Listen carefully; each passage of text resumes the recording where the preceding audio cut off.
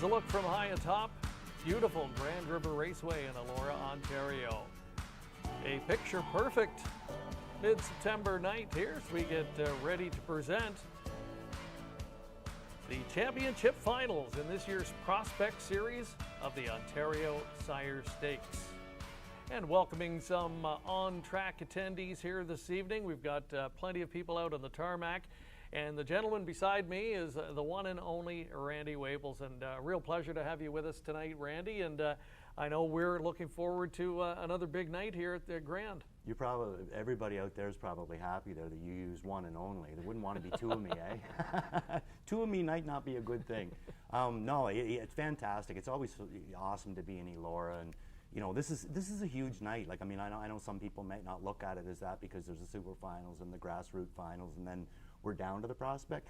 But these horses mean a lot to these people. I mean, they work just as hard on these horses as the horses that are going to be racing for $300,000 in another week or two, you know, the Super Finals. And it's really fantastic, and I know that they're very excited, and I'm excited to be here too. Yeah, and I was going to ask you about that. The addition of the Prospect to the OSS program, already considered one of the best, if not the best, in North America. So what's an added level like this mean for, as you said, you know, some of the folks that don't have that home run horse, so to speak, but now they've got another spot to race? I think it's fantastic. I just hope that they don't stop with it here.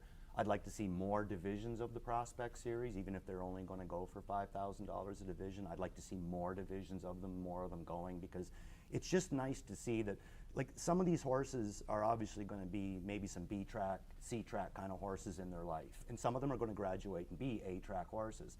But it would just be nice to see some of these people be able to recuperate some of their money, and then maybe next year, next fall, go back out, buy more babies, and then maybe hit that home run and get that great horse that we all hope that they deserve. But I've been in this situation before, growing up in the business. You know, I mean, we started racing at Milton Fair and Georgetown Fair and stuff like that. So I know what it is just to race for a blanket, and to get that blanket. This is $15,000 for these people. There's some of these people that I bet you have never raced for a purse this high, and it's got to be so exciting for them. Yeah, it's going to be a lot of fun. I know this is one of the programs we've been looking forward to the most here on COSA-TV. And, you know, when you think Cinderella stories, you think of the OSS program this year, and a horse like Desperate Man. I mean, hey, he hit the pinnacle for small-time connections, and what a storyline. And, you know, it could start here, potentially, for someone else as we look ahead down the road. But again, we want to welcome everybody tuning in tonight. Again, we've got guests joining us from Scotland. We see our good friend James Pearson. Andy Carnegie from Alberta is joining us as well. Great to have you on board. We'd love to hear from you. And on that note, we've got a question to get you started tonight, and we want to know from all of you folks tuning in, who is your most probable winner in tonight's Prospect Series finals? So I'm sure most of you have had a chance to scour through the program. Want to know which one you think has the best chance to win tonight in those 8 championship finals. And leave us a comment in the comment section, and we'll be drawing for some COSA-TV baseball caps following the show tonight. Some brand new ones that we've ordered in, so some nice prizes. And from everybody who does leave us a comment tonight, we'll be drawing some names a little bit later on. But right now, time to join the other member of our broadcast team this evening. He's standing by in our paddock location, and the good news for him is the weather has turned much better today than what we saw the last couple of days. Tony Elliott, welcome on board. And how's weather and track conditions out there tonight? It's certainly better than it was a few days ago. A torrential downpour certainly took its toll on the track with having to abandon after 2 races on Wednesday night, but the track is in tip-top shape tonight. It's very fast. The first few races tonight have been very quick for those classes, and we expect that to continue throughout the night, especially with the top class talent we have in the Prospect Series over the next 8 races. All right, and Tony, a face you might recognize. He's been helping out the last couple of years at Hanover Raceway, at Clinton, right here at Grand River as well. And big news recently, Tony, it was announced that you are the new GM, replacing Greg Gangle at my home track in London. How exciting was it to get that news, and how much are you looking forward to the upcoming season? Yeah, I was super excited to learn that news. I was certainly happy to take on the role and work with the fantastic team at the Western Fair District and kind of look at things from a bigger business perspective in terms of the entire district and what we can do as a whole to grow what we're trying to do down there, and especially with the raceway. I'm super excited to kick things off and on October 4th at 5:50 p.m. All right. Well, good luck in that new role, Tony, and great to have you with us tonight. We know one thing Tony loves, his horse racing, as do we. So let's set the stage for our first of our 8 finals here tonight in the Prospect Series. 2-year-old colt trotters, and we'll get a look at the field page here in a moment for this one. So rookie trotters, Randy, and despite being the lowest division, or lowest ranked division in the OSS program, we've got trotters here that are going in 59 2 minutes over the half mile and 5/8 mile oval. So there's a lot of talent in here. Absolutely, yeah, and the biggest thing with trotters is usually you'll mostly see their best as they get older. These types of horses, anyway. So I wouldn't be surprised to see any of these horses surface at Mohawk, Woodbine Park, or Meadowlands, or a big track like that. They got to start somewhere, and it's a great series for that. Rolling in Clover, the number 2, you see him highlighted there. He was the points leader this year in this division with 71 points. We've got the 5 leaders in the division all going postward here, including Resolute Bay from post 5. Runner-up with 62 points in the Prospect. He was 3rd last time out, made a bit of a miscue, but rolling in Clover, Guy Gagnon. This is a guy, Randy, that I'm sure you know a good bit about and have driven against over the years from time to time. Quite a horseman, and his numbers every year are huge. Yeah, and I don't know this firsthand, but my biggest thing that I hear a lot of people is he's a really hard worker too, which doesn't surprise me because I do know Richard Moreau's work ethic, and that's pretty high too. And it doesn't surprise me that the guy's a really hard worker. He's a talented driver. He makes a lot of speed, get a lot of speed out of a horse, and he's fearless, which is, in a lot of ways is fantastic for a driver to be that way. But I do really think that horsemanship-wise, like his training is really, really top of the line, especially up in Rito. He just seems to dominate up there. And whenever he comes down here, his horses always give a very good account of themselves. And, it doesn't surprise me that she's the leading point earner this season. Yeah, and we've seen a lot more of Guy down this way in recent months, especially over the last year, but still a kingpin, no doubt, at Rito. Despite his dominance there, it's a pretty tough circuit, isn't it?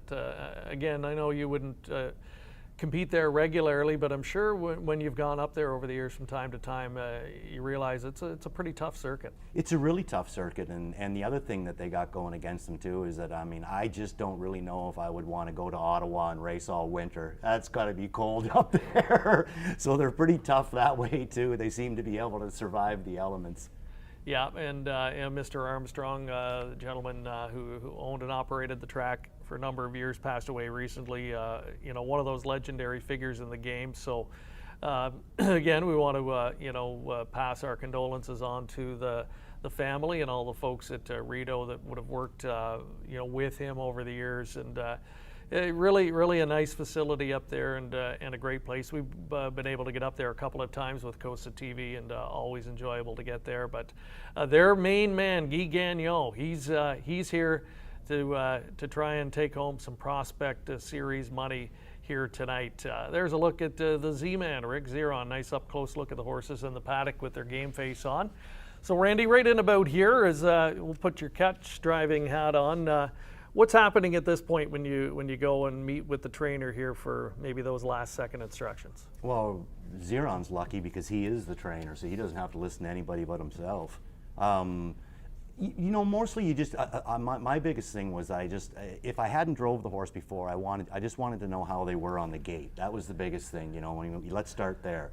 Do you put his nose on the gate? Do you not put his nose on the gate? Then I'd ask him how the horse warmed up, how he had the week, and then just kind of go from there. If you're just driving it for the first time, you're actually looking for a lot of information from them usually. If you've drove the horse a few times, you're pretty well onto them, and then again, it's just basically, what kind of a week did he have, and go from there. All right, nice look at them making the way out from our paddock location. As mentioned, we've got a full field of 9. And that's what's impressed me as well about tonight's card when I looked over it, is that I think we've got one 6-horse field and the rest are all full 9-horse field. So I think we're going to see some great competitive racing here tonight. That's a pretty good betting board early on here as we meet the field. There's Missouri, number 1, Rick Zeron. Owns, trains, and drives. Does it all with this one. Hasn't hit the board yet in 3. Will need some major improvement today. Rolling in Clover, the points leader there, the 2. Guy Gagnon, he trains and drives that one. A look there at Sir Ballykill. This one was 8-5 in the morning line. Big win last time for Joshua McKibben and Ballykill Racing Inc. and Jason Ryan doing the driving. And Ballykill Racing, there's another operation, and McKibben's that they don't send out a high number of horses, but always competitive. Very competitive, yes, absolutely. They've always been that way. You can go back generations, and Joshua is absolutely no different. You know, he's training at a 3:19 this year, which is, you know, a very, very outstanding average to have. And his horses come to play, and this one looks like last week it raced quite well. All right, there's an old buddy of yours and and a nemesis, I'm sure, at times out on the racetrack, Chris Christoffrou Jr. Maybe a thought on him, Randy. He's having a really good year in the race bike again, driving, I would say, as good as we've seen him in a long time. Yeah, I mean, Chris is never going to lose what he's got. He was always a natural driver right from the time. I mean, I'm not sure what the record is now, but I do know at one time he did hold the record for being the youngest Breeders' Crown driver to win. I think he was 21 at the time. I was basically 1 foot in jail and 1 foot out of jail when I was 21 years old. So I think driving really came natural to Chris, and I think that he'll always have that.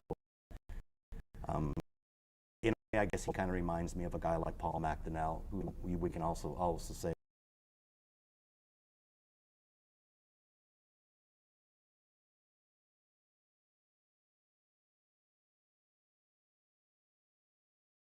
With Randy Waples, we've got Tony Elliott joining us well.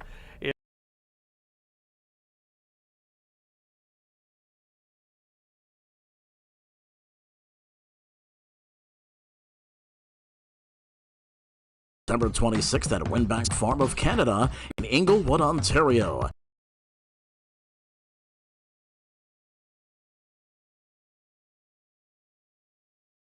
Consignment also highlighted by your from Art Spink, Better Than Cheddar, and Shadow Play. For more information, visit OntarioSelectYearlingsSale.com.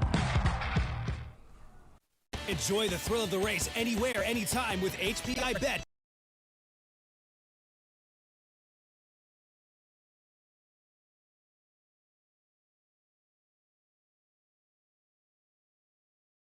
Safe and secure. Get rewards, race alerts, tips, and more.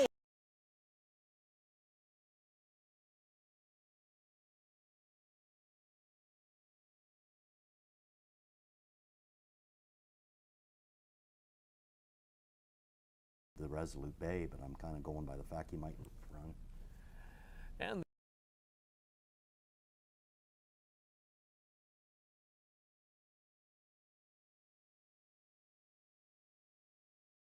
we'll drive this one for Richard Moreau.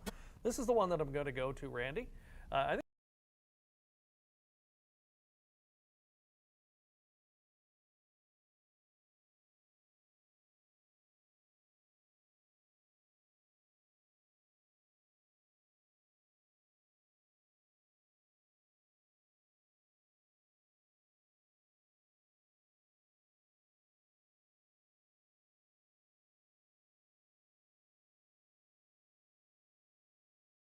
two previous trainers, and I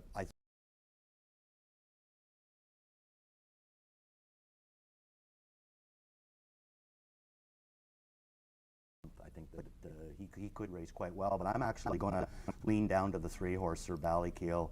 I really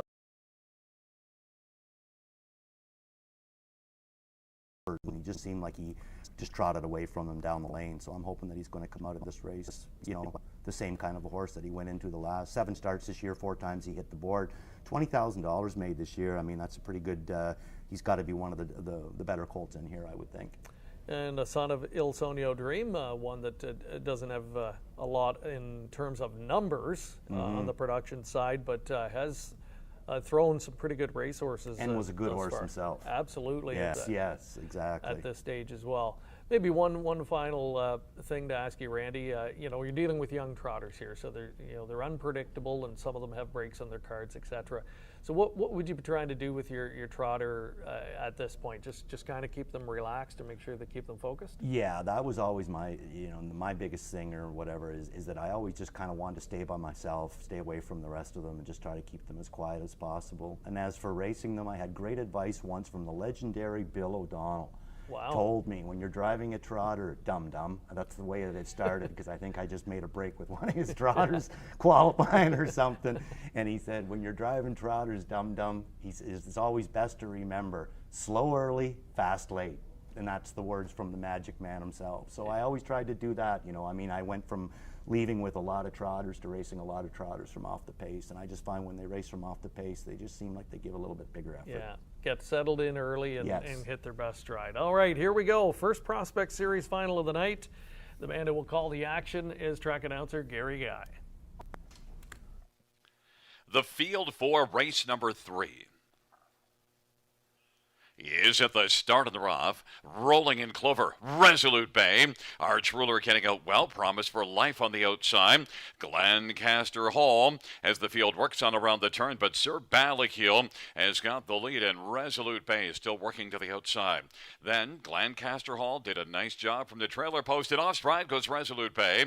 Glancaster Hall from the trailer post is racing positioned as second now, and then it is Arch Ruler, Sir Ballykill, then it is back further to Promise for Life and Missouri. Serenade Street is 7th, and then I'm a stand-up guy, and back to Resolute Bay trailing the field, Rolling in Clover, and Guy Gagnon's got the lead. Glancaster Hall is racing second.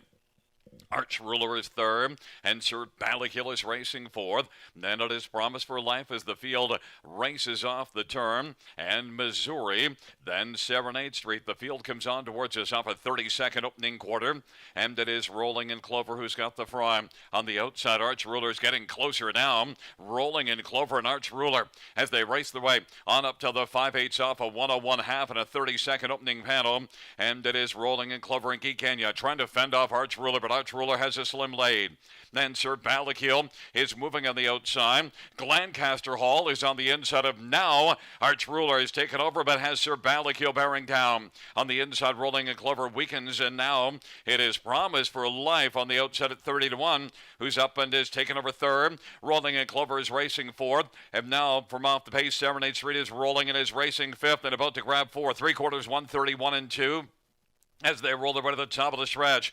Arch Ruler, Sir Ballykill, and Promise for Life as they turn for home. And Serenade Street is flying late. They come on down the stretch rather, fanned out 3 wide. On the inside, Arch Ruler. In the center, Sir Ballykill and Arch Ruler. Sir Ballykill rolls on by. Jason Ryan victorious with Sir Ballykill, and then Promise for Life, and then it was Arch Ruler and Serenade Street. 201-4. The Beach. All right, there's a reason we got Randy Waples in tonight. He's already 1 for 1 with Sir Ballykill. And from a driver's perspective, I guess the trip doesn't get any better than that. No, absolutely. I mean, everything worked out perfect for him. The only thing that would have maybe worked out a little bit better for him is if Bruce had cleared a little bit more and he'd have been able to drop down into the 2-hole. But I'm not even 100% sure if he wanted to drop back down into the 2-hole, because he had Chris on the outside of him that was nose to helmet, and he had to know that Chris was live. And Chris's horse raced fantastic too, 8-hole. I mean, finished second charging. Yeah, really good trip, and you said it. The fact that Chris came over to drive him tonight. Rene Dion, the trainer, was listed, so he must have felt confident. Seen something in him. Yeah, that he exactly. would do well, and conversely, the Connections wanted to give their horse the best shot too, and they got a proven driver in the Greek to come on over, and it all worked out with a really good second place finish. That's a nice result from post 8 in a 9-horse field. That's a tricky starting spot, especially with a young trotter, right? Yeah. But I mean, Jason's horse, I mean, you know, you put it in perspective how good he raced, and then you think that, you know, he more or less outnosed the Greek. And that's hard to do. You're not going to outnose Chris very often. Trust me on that. Everywhere the guy goes, he's 2 minutes ahead of himself. All right. Well, hey, here we are. It's going to be one of those nights, folks. We're going to have a few laughs here tonight, I'm sure. We had some good stories before we came on air tonight, and I'm sure we'll hear lots more throughout the evening as well. But there is winning driver, Jason Ryan. Congratulations to the connections here. The breeder and owner, Ballykeel Racing of Tillsonburg, Ontario. And Joshua McKibben is the trainer. Second win this season for Sir Ballykeel. And close to $30,000 on his card this season. And does he give the impression, Randy, that he's one that, as you look ahead to next year, could you see this one blossoming and, you know, maybe becoming a grassroots or maybe even something better? I definitely can see that, yeah. And I wanted to say too there, I thought that Jason raced the horse quite well. You know, again, you know, slow early, fast late. He got away in the middle of the pack, and when he came with cover and everything. But even when the cover cleared, like he never really pushed the horse. He just let him sit out there and drift along with them. And to me, that's a mark of a very good trotting kind of a driver. That's a Trevor Ritchie drive. All right, and Jason Ryan, the nickname Ricky Bobby, as Andy Carnegie pointed out, and of course in reference to the, what is it, Talladega Nights, a great movie. Shake and bake. Shake and bake. And yeah, he was shaking and baking there, and a really nice steer. Worked out a picture-perfect trip for Sir Ballykeel, and when you pick one on top, Randy, that's exactly how you want to see the race unfold, no doubt. We've got the pari-mutuel details coming up shortly. Sir Ballykeel is one of the horses, though, that did take some money in that opener, and yeah, they're still unofficial here, so we'll have those prices coming up in a moment. So in the meantime, let's take another quick commercial break. If you've got a comment or a question you'd like to pose to Randy, let us know in the comments, and we'll try and get a few of those answered throughout the night as well. You are watching live coverage of the Prospect Series Finals on COSA-TV. Winback Farm is the #1 breeder for Ontario's sire stakes. Don't miss Winback Farm's Ontario Yearlings at 2021 sales, including Ontario Select, Lexington, and Harrisburg, featuring first Ontario crop yearlings from My MVP, also yearlings from Archangel, Art Speak, Better Than Cheddar, Better's Delight, and Shadow Play. Don't miss your chance on a Winback Bred Ontario Gold winner. For more information, visit winbackfarm.com. Reach the people you have to reach by advertising in Harness Racing Update, the sport's most comprehensive and timely news source. HRU provides the best bang for your advertising dollars because we reach and engage your potential customers anywhere in the world. Not only has HRU grown its subscriber base by nearly 30% in just 3 years, but our open and click rates far exceed industry averages, which tells us that readers are engaged with the digital publication and how they receive it. Plus, your ad support helps us keep HRU free to subscribers. Find out more today by visiting harnessracingupdate.com and clicking on the advertising link at the top of the page.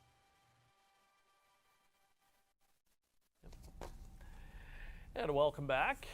You're watching COSA-TV coverage of the Prospect Finals from Grand River Raceway. Sir Ballykeel going to get done in the first split tonight for the 2-year-old colt and gelding trotters. $6.80 for the win, with Promise for Life finishing second, really beefing up those exacta and trifecta and superfecta returns. In fact, the superfecta paid out on a 3-8-6 all combination, and that worth almost $600 for that combination. Sir Ballykeel, an almost $7 winner, and kicks off the night, as mentioned, for our co-host this evening, Randy Waples, who picked this one right on top. Liked what he saw coming in, and liked what he saw as the race was unfolding, and really the only question mark was if she was going to hold off Promise for Life. Turning for home, it looked like you know, it was going to be a tough assignment. You've been first up for quite a ways, but you could tell at one point she was going to find that other gear she needed. Yeah, and it just seemed like last week first over didn't bother either, and I or him. My apologies. But I've had horses like that, and one great one there that I'm sure you'd remember. Her name was Dream Fairy Eternal. She absolutely loved first over. You could race her second over, and she would race, you know, fantastic, but just not quite as into it.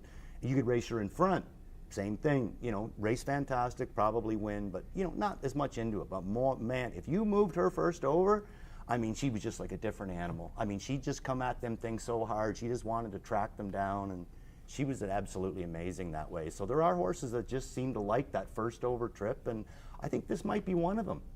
Would you say that's changed a bit over the years, Randy? You know, back when in my younger days, when you started watching racing and following, boy, to win first up was very, very rare. Horses would get tired. They seem to be able to last more, I think, nowadays. Is that a fair assessment? I do agree with that, but to the same effect, though, too, I also think that there's a certain knack as a driver to being able to make one last first over. Like, to this day, in my life, the two people that I've seen that were able to go the best with a horse first over was my father at Greenwood Raceway and Mohawk Raceway when it was a 5/8, and Doug Brown. They could last out there. They just seemed like the way that they could come at a creep, come very, very slowly, basically the way Jason just raced that horse. Yeah. And Doug used to win a lot of races first over. And so did my father. You know, to me, they just stood out as first over drivers, you know. And I just think that maybe as the drivers have changed over the years, there's maybe not as much of a specialty at being able. I hear great stories of the fact that Hervé Fillion would actually come first over, and whoever was in front, he'd just say to them, "Why do you go so fast? Why go so fast? Slow down. We're all right. Just go slower." And then that person would slow their horse down, all the while Hervé's giving his horse a breather, and the head of lane Hervé'd be gone, laughing and gone. You know what I mean? Like there was an art to it back then. Yeah. And like I said, my father was fantastic at it, and I just thought that Doug Brown stood out for 10, 15 years being able to come first over at a crawl with a horse. And then, like, again, maybe that horse's kind of trip, because I have drove horses that just loved being first up. And you know, you hear a lot of people talk about a driver's hands. There's something in the hands that they can get more out of a horse than another guy. Why is it that one guy can give a horse an identical trip as another guy and just get a lot more out of the horse? My own opinion is that I think, in going to the hand thing, I think certain drivers are able to make a horse relax a lot more, and that's usually because they are soft-handed. They're not fighting with the horse. They can get the horse to come right off the bit. Most horses don't want to pull on you, and you can usually find a way to kind of maybe get them backed off and quieted down, whether that's to find a quiet place on the racetrack to let them walk, or get them down on the inside and stay away from everybody and let them walk. And it's just that would be my only way to explain it, I guess. Yeah, and that makes sense. Like O'Donnell was a soft-handed driver, and he could, he would, when he was Billy the Magic Man, in the 80s and the 90s and stuff like that, like, he could get up on horses that were maybe a little bit unruly, and he could get way more out of them simply because he could get them to relax. And I always found that the same with Condren. He was the same way. It was like he was sitting in an easy chair watching the golf when he's out there driving a horse, Yeah. Here's a good story. Do we have time for a really good story? We've got lots of time. Okay, well, here's a good story for you again. Going back to Billy O'Donnell, but I heard this from my father. So my father tells me the first time that he drove for $2 million was at the Meadowlands, and it must have been like a Woodrow Wilson or maybe a Meadowlands Pace when they were going for those huge purses back then. So he said that him and Billy, my dad had a horse of his own, and Billy had something that he was catch driving from the outside. So Billy starts telling him a story in the post parade. And this is coming from my dad. And Billy's jogging beside him the whole time. And he's telling him the story, and he's telling him, and he's telling him. So Dad says they call them to the gate, and they start to head into the gate, and they're racing for $2 million. And Billy's still telling them the story. So my dad says, they leave out of there, and he's dropping down to the inside, and you can hear Billy still telling them the story, and he's following them down to the rail. And my father says he goes into the first turn, and finally he looks over, and he goes, "Hey, Billy." And Billy says, "What's that, Ronnie?" He says, "How about we shut up for a while? We're racing for $2 million here." And he said, "Billy, give me." "Oh, yeah, that's right." Like, I mean, that's the calmness of Billy O'Donnell. And that's why he stood out, you know, and that's, again, I don't think that there would be many, if you brought up light-handed drivers, I don't think that O'Donnell's name would be off that list. You know, he was just special. I want to ask you, of those two, who's the better euchre player? I've heard there's been some legendary euchre games. Well, O'Donnell, yeah, okay, well, I'm going to say O'Donnell. Number one, because nobody tells Billy O how to drive. I know that firsthand there. Freddie Grant tried to tell him how to play a hand one night when I was there, and that just didn't work out there, and Billy played it the way that he wanted. Now, it didn't work out for them, you know, the way that they wanted. I think my dad and Archie McNeil ended up winning the game, but boy, I'll tell you, you know, Billy really proved a point. You know, he knew he could win, or he could put the screws to Freddie, and he chose putting the screws to Freddie. Typical O'Donnell. Right, well, we've learned a little more about the Magic Man tonight. But hey, you know, enough for the stories for now. We'll get to some more later, but we've got another race to focus on next. The Prospect Series finals continue here. We've got 3-year-old filly pacers coming up next. We're going to look at the crowd outside enjoying a really nice night here in Elora. And again, for those out of province, we can tell you the last couple of days were dismal here. It was torrential rains in many parts of the province, cold temperatures. Today, a big turnaround, sunny and much warmer and comfortable. So really a nice night and a great way to celebrate these Prospect Series finals tonight. 8 of them in total, each carrying a $15,000 purse. And 3-year-old filly pacers, as mentioned, will be the focal point next. Another full field of 9. We've got a heavy favorite, though, from Post 1, and her name is Always Watching. She is a 4-time winner in 10 this year, but is 1-5 a dramatic overbet, in your opinion? I don't see that. You know, you were asking earlier there if that trotting colt there, if I could see him having a future at the better tracks or getting, you know, coming up a couple of grades, which I can see that. But this filly's very interesting because, I mean, you take not just the 254 back-to-back miles over Grand River. I mean, that's a very fast time over this track, especially for this level of horses.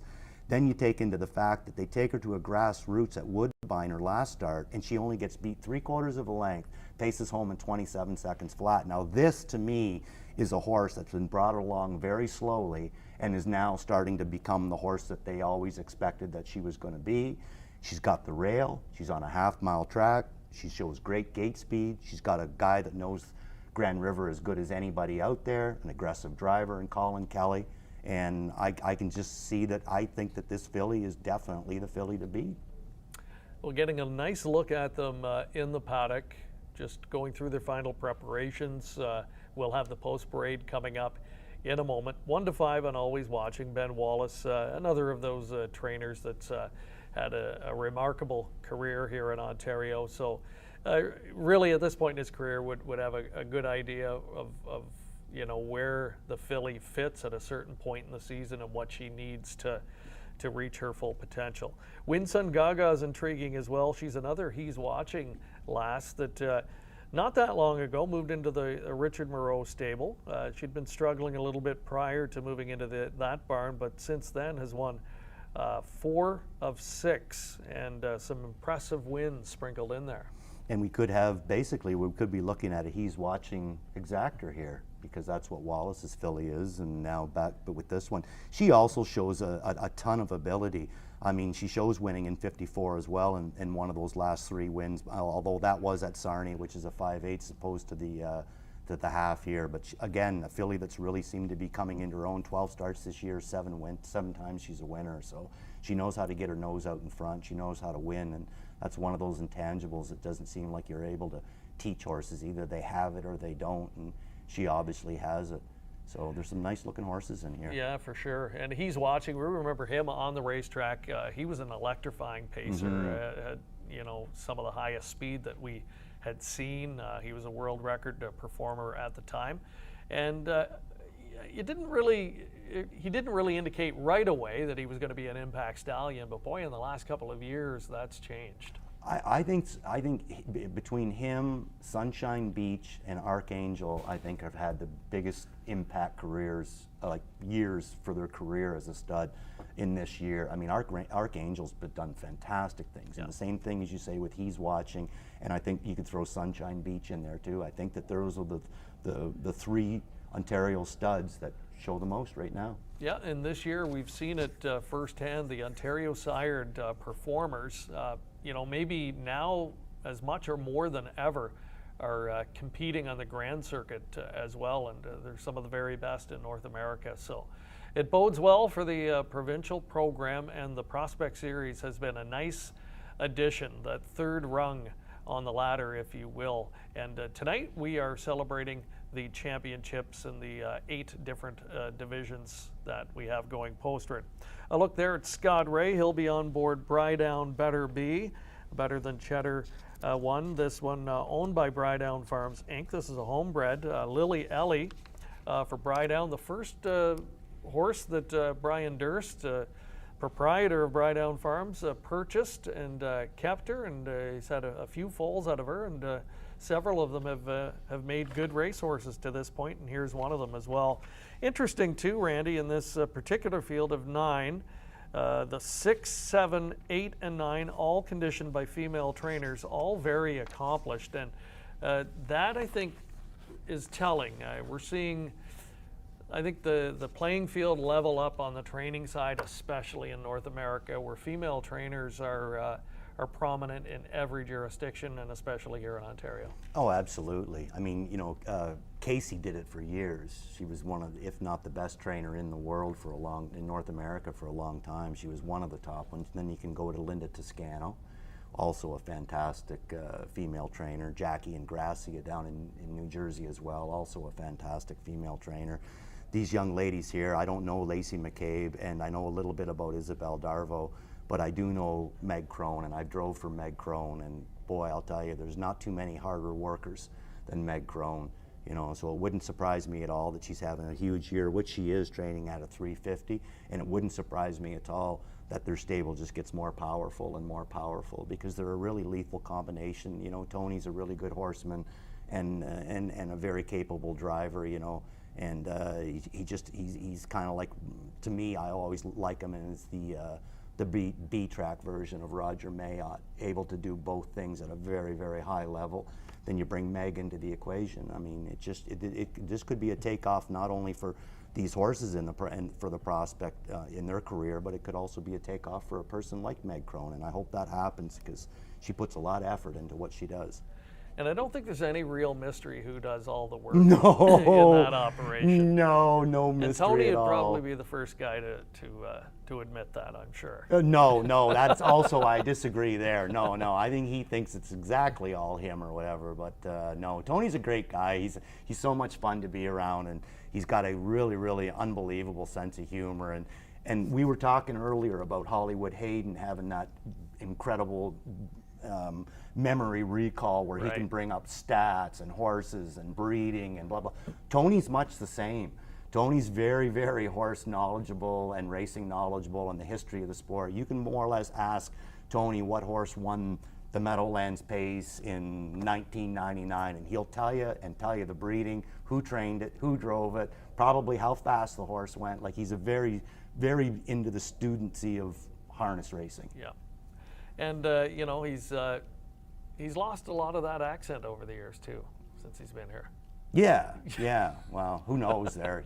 All the words all the words that he calls me all sound the same anyway. Right. No, we tease him quite often, but he's very good natured about it. Great guy, great tandem too. Yeah, Tony and Meg Crone, and certainly could be a factor here.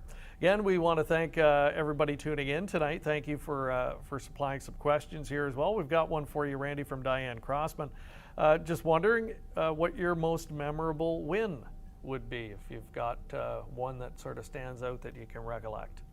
I'd have to go back to Sandpale and the Breeders' Crown. Yeah. There was a lot of things going into that one. I mean, if he raced good, he more or less had Horse of the Year in Canada wrapped up at that point. But he still had to race, they always say it all comes down to the Breeders' Crown. He had to race big to get North American Horse of the Year, which he did win it. It was emotional in a way, because it was probably the race that Rod was most worried about going into, because he didn't know those two European horses at all, and it was driving him crazy. And the other thing is, I just never heard a crowd like that in my life. I've never heard a crowd like that. Was one of the few times that when I was on the track, at Woodbine, as you know, the 2 tracks in between us and the grandstand, it was quite a ways, and I could hear them as plain as day. Yeah. Great memory, not only for Randy. I think a lot of Canadian racing fans share that as one of their highlights over the years. So again, we thank Randy for joining us tonight. We are coming up to post time here for our second prospect final. 3-year-old filly Pacers are going to the gate. Field 4, race number 4, gathering speed, approaching the start. There at the start of the round. Always watching, we'll leave out well. Lady KDB, Wind Sun Gaga is flying with I'm Kiera as the field works their way into the turn, but Always Watching has got the lead. Always Watching, Wind Sun Gaga, Lady KDB. Wind Sun Gaga gets the pocket. Lady KDB third.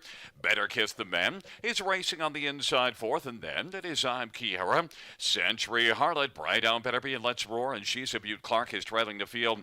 Always Watching it 1-5. Rolling up to the opening quarter. Has a lead right now of about 2 1/4. Wind Sun Gaga is second at 3-1 on the back of the 1-5. Always Watching. Lady KDB currently be third and is on the board at 17-1. And then Better Kiss the Man racing position fourth. Then it is I'm Kiera, Century Harlot, back to Brad on Better Be and Let's Run. She's a Butte Clark. They race off the turn. Always Watching. And Colin Kelly has a lead of about 3 1/4. Wind Sun Gaga is second, as Always Watching on past the halftime. 56-1, 29 seconds in the second panel. It is Always Watching. Wind Sun Gaga is watching from a little closer second, about 2 1/4 lengths back. Lady KDB is going to pop to the outside right now and try to come on. And then it is Better Kiss the Man scooting up the inside. Century Harlot up the inside is I'm Kiera. Bright on Better Be and Let's Roar, and She's a Butte Clark is way back trailing, but Always Watching looks to bottom out the field now as they roll up to 3/4, 1:24-4, and Always Watching. Wind Sun Gaga, Lady KDB, Century Harlot advancing. Better Kiss the Men is on the inside. Then I'm Kiera and Bright on Better Be as the field turns for home. Always Watching is now well out in command. Lady KDB has come on to pick up second. Always Watching. Lady KDB. Always Watching, dominating effort.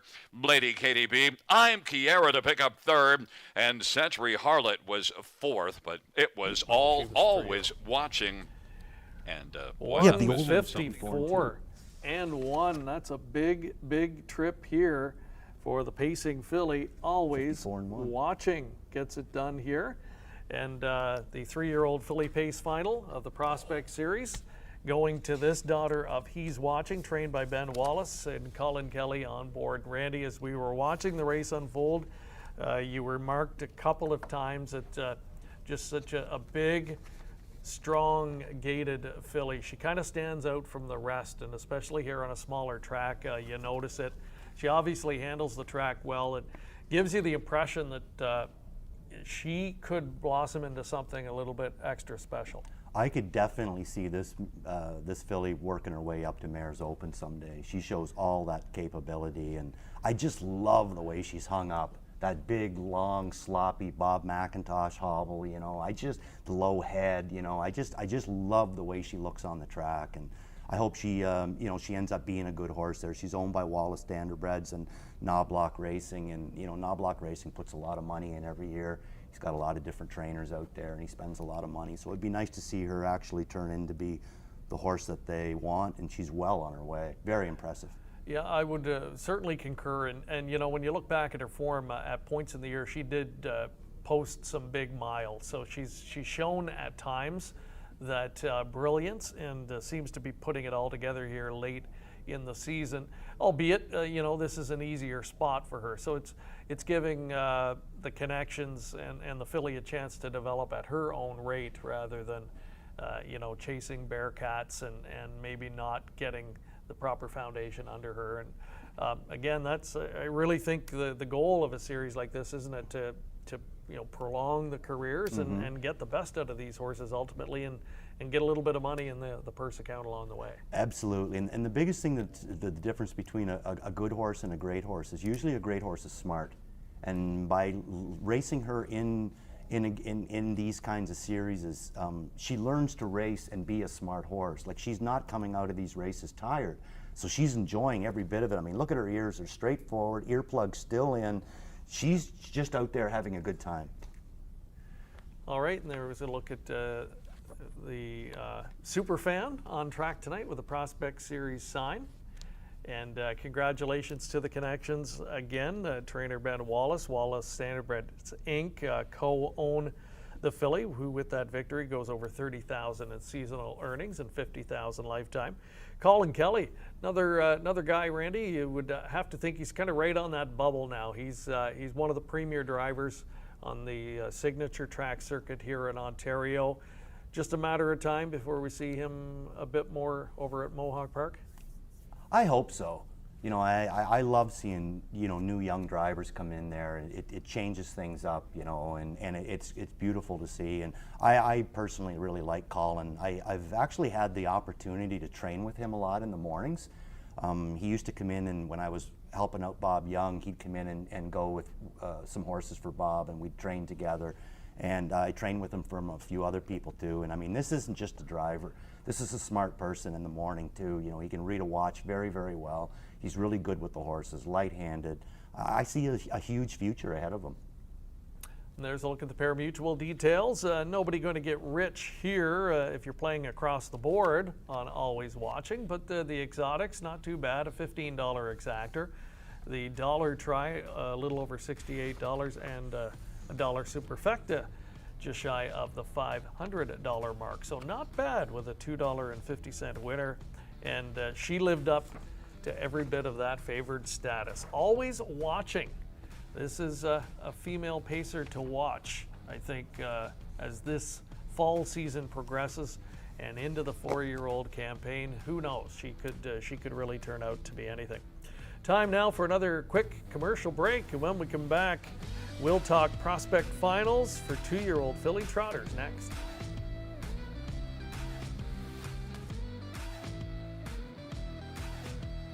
By now, you know the name COSA-TV, an industry leader producing unique, high-quality digital content promoting harness racing in Ontario.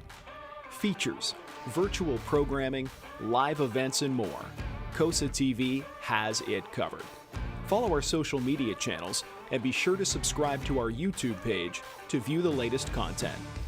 And if you're looking to bet your favorite Ontario track, check out hpibet.com. COSA-TV, taking Ontario racing global. I gotta hit the beat. I gotta hit the beat. Gotta hit the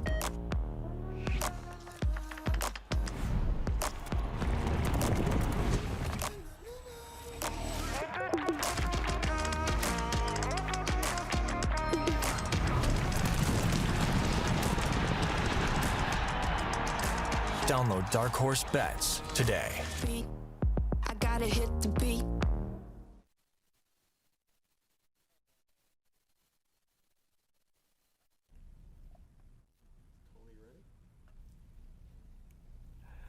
And welcome back. We are at Grand River Raceway in scenic Elora, Ontario. Our second stop here this season. We are here annually, of course, for Industry Day, featuring the Battle of Waterloo. And tonight, we are happy to be bringing you the Prospect Series finals. Some entertaining races so far. We had a good 3 across finish in the first tilt, a more dominant effort, but a really good individual performance in the second race just completed. Now we turn our attention to 2-year-old filly trotters. The shortest field of the night, just 6 to face the gate here. Divisional leader, Tioga Sunshine, will be going postward here from post number 3. Harry Polton trains, Travis Henry driving. And the hot horse coming in, having won 2 straight in the Prospect Series. Harry Polton, a guy that you would know well, I'm sure, Randy. And, you know, people might forget here in 2021 that Harry, once upon a time, trained 2 of the greatest pacers ever to look through a bridle. 2 of them, and then you could take the, you know, more or less what you would call as ones that aren't as quite as famous, and they were all great horses too. I mean, he had a horse called Center Strip that was a really, really nice horse as well. I'm just throwing him out there. But yeah, On the Road Again and Matt Scooter. I mean, I was pretty young when that was going on, you know, 18 to 20 in that sort of range. And I mean, they were incredible animals. And, you know, Harry's just one of those kinds of guys that you know, even though you were racing against him, you kind of wanted to see him do good too, because he's just a nice guy. Yeah, absolutely. It comes from the very well-known Polton clan from down in Charlottetown. I know most of that family quite well, and Harry's done really well for himself, and he's got this muscle mass filly coming in right at the top of her game here. While we have a moment, let's take a look at our first OSS leaderboard of the night. So yes, we are into the championship portion of the Ontario Sire Stakes season. And as far as OSS drivers this year, James McDonald looks like he's in a good position to potentially win his first title on the driving side. Bob McClure, Sylvain Filion, they're annually right up near the top of the OSS standings, but it's just that magical year for James, isn't it? And you've had these, Randy, where you just, you know, everything seems to fall into place and everything goes right for you. Yeah, you know, there would just be times in your career that it just seemed like there's nothing that you could do that was wrong. And then it could end up being a month later, there's nothing that you can do would be right. It's just the way that it goes. But every once in a while, you'll sneak a year in here like James is having here, where it just seems like, you know, everything is unbelievable. You know, I mean, your best accounts, all the horses are your best horses. So, you know, you've locked that up.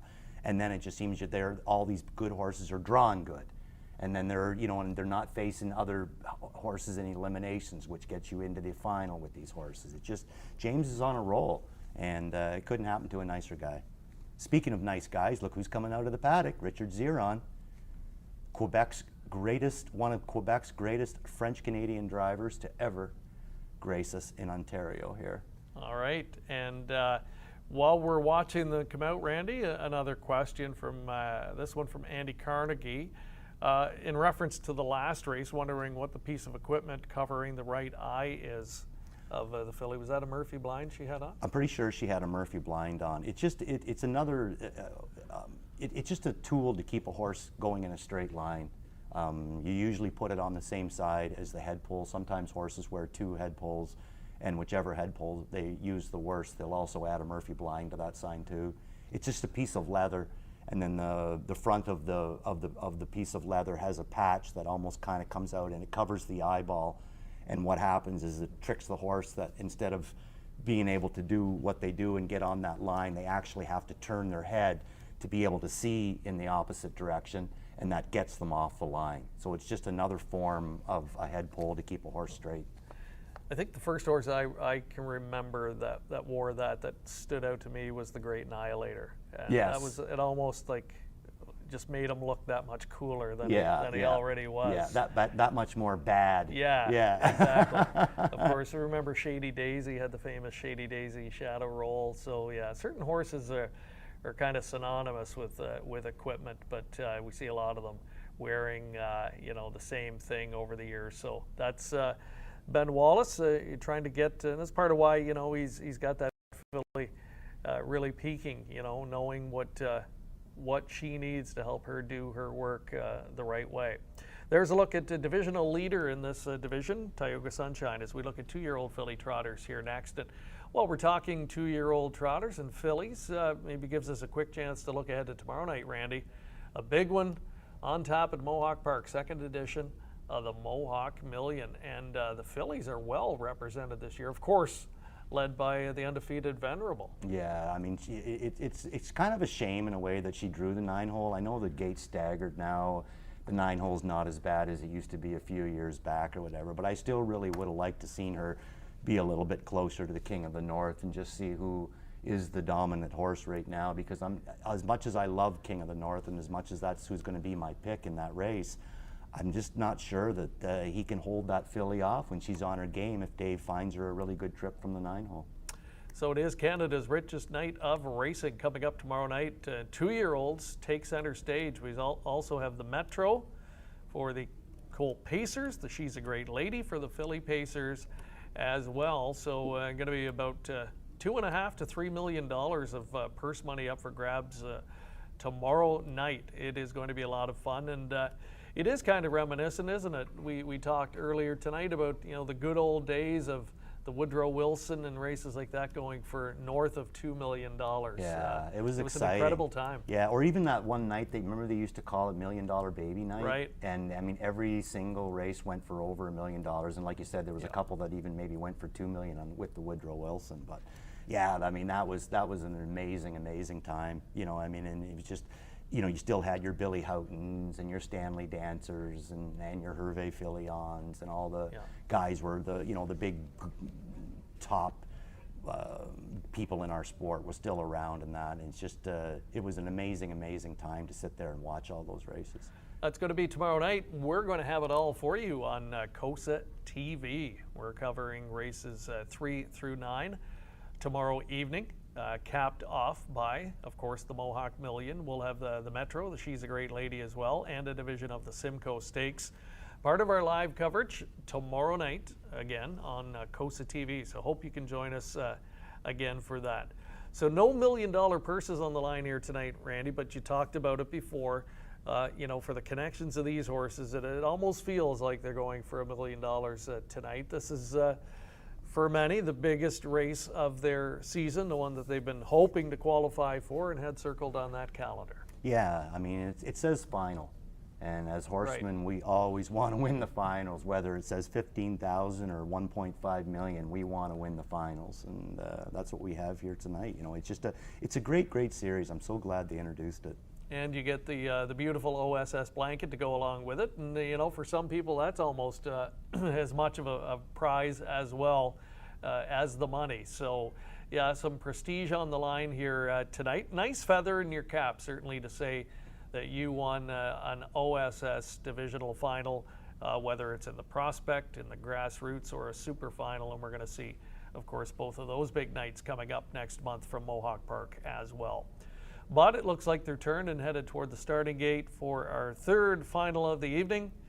The rookie filly trotters are moving up to the gate. Can Tioga Sunshine live up to that 4-5 status?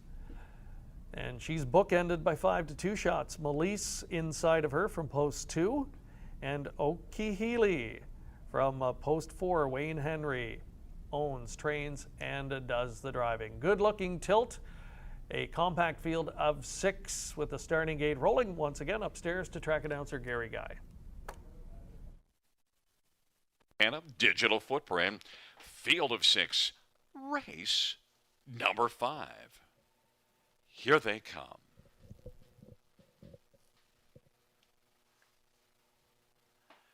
The field for the 5th race, Prospect Series, a 2-year-old trotting fillies, gathering speed approaching the start. Digital footprint went off stride. Tioga Sunshine, Melissa, and on the inside, City Lady. The outside, Arcana leaves well. Arcana now is driving on the outside, but right now on the inside, City Lady has 3rd. Arcana is racing on the outside 4th, and then 5th is Okihili.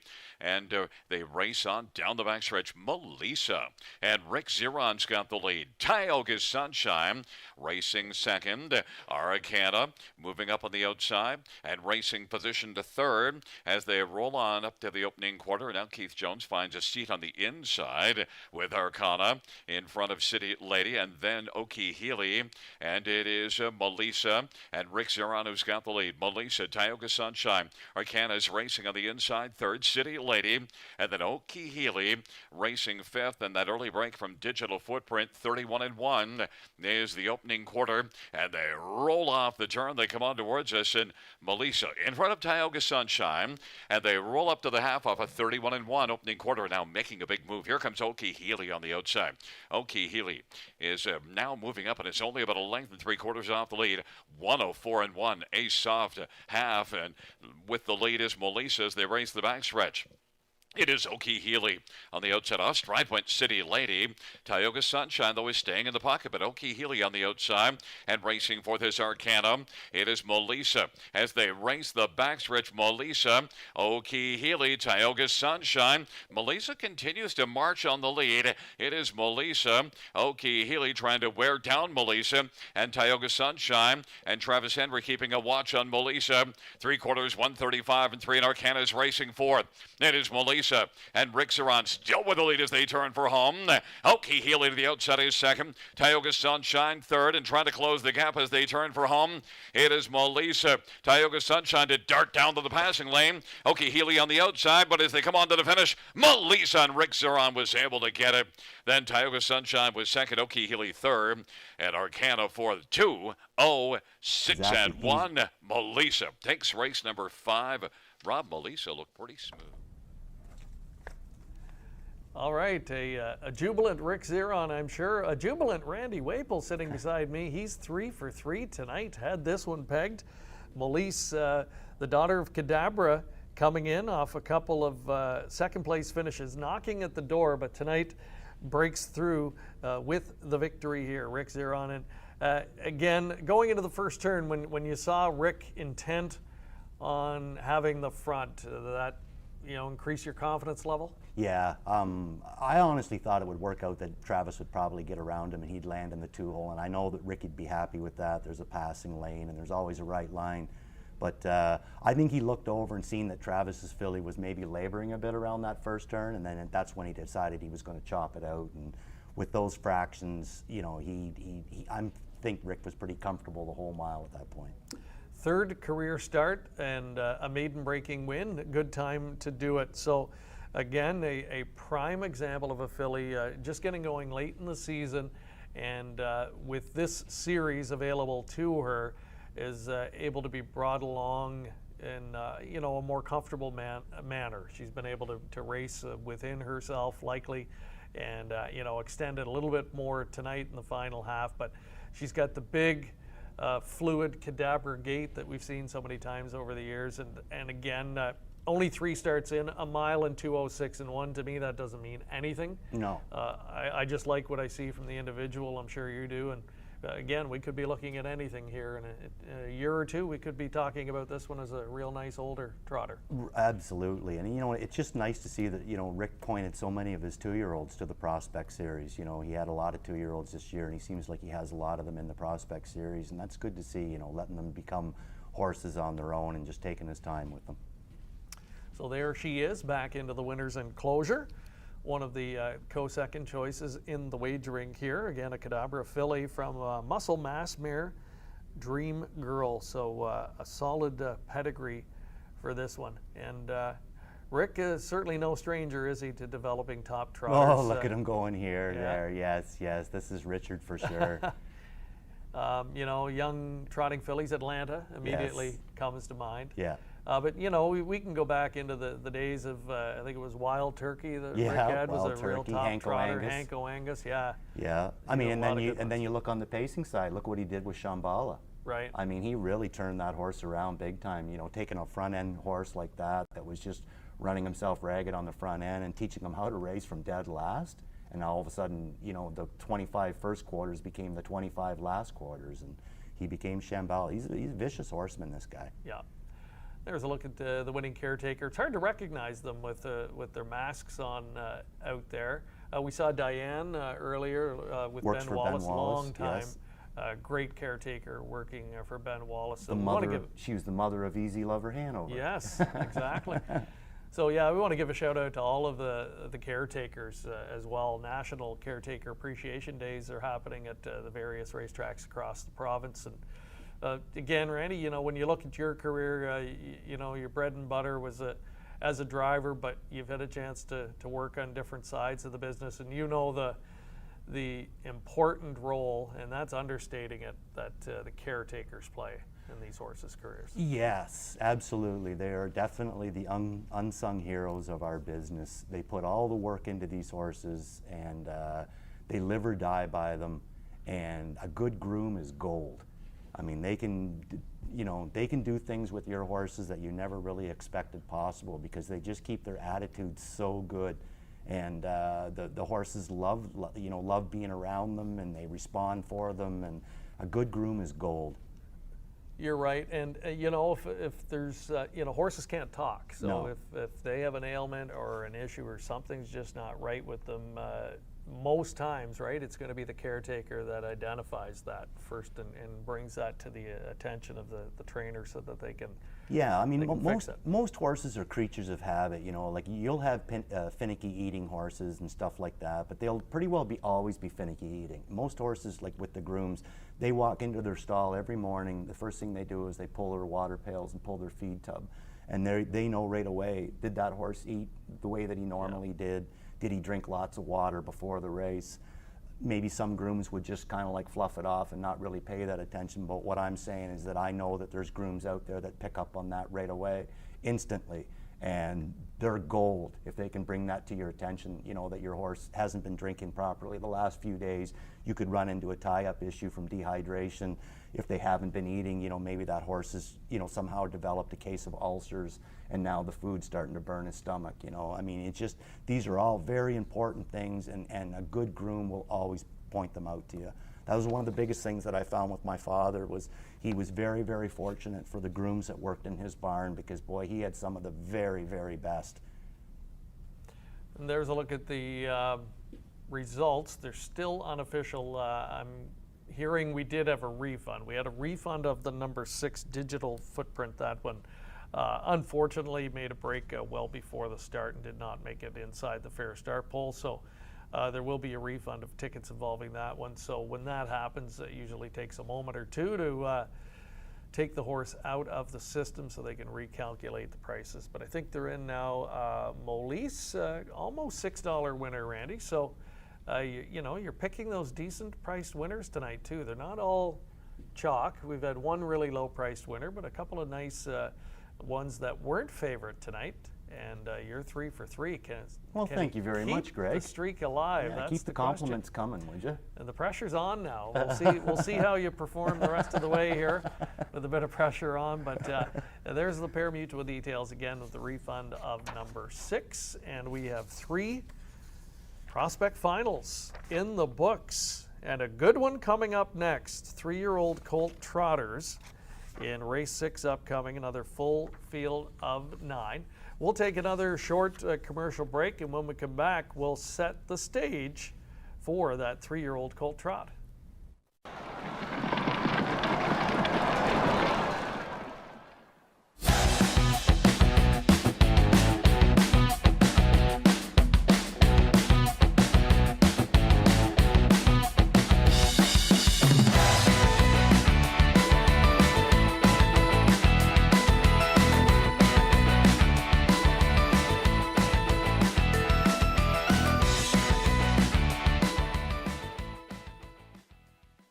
The Ontario Select Sale returns in 2021. The sale will be held September 26th at Winback Farm of Canada in Inglewood, Ontario. The sale will be live and have online bidding available. It also features first Ontario crop yearlings from My MVP. Sale consignment also highlighted by yearlings from Art Speak, Better Than Cheddar, and Shadow Play.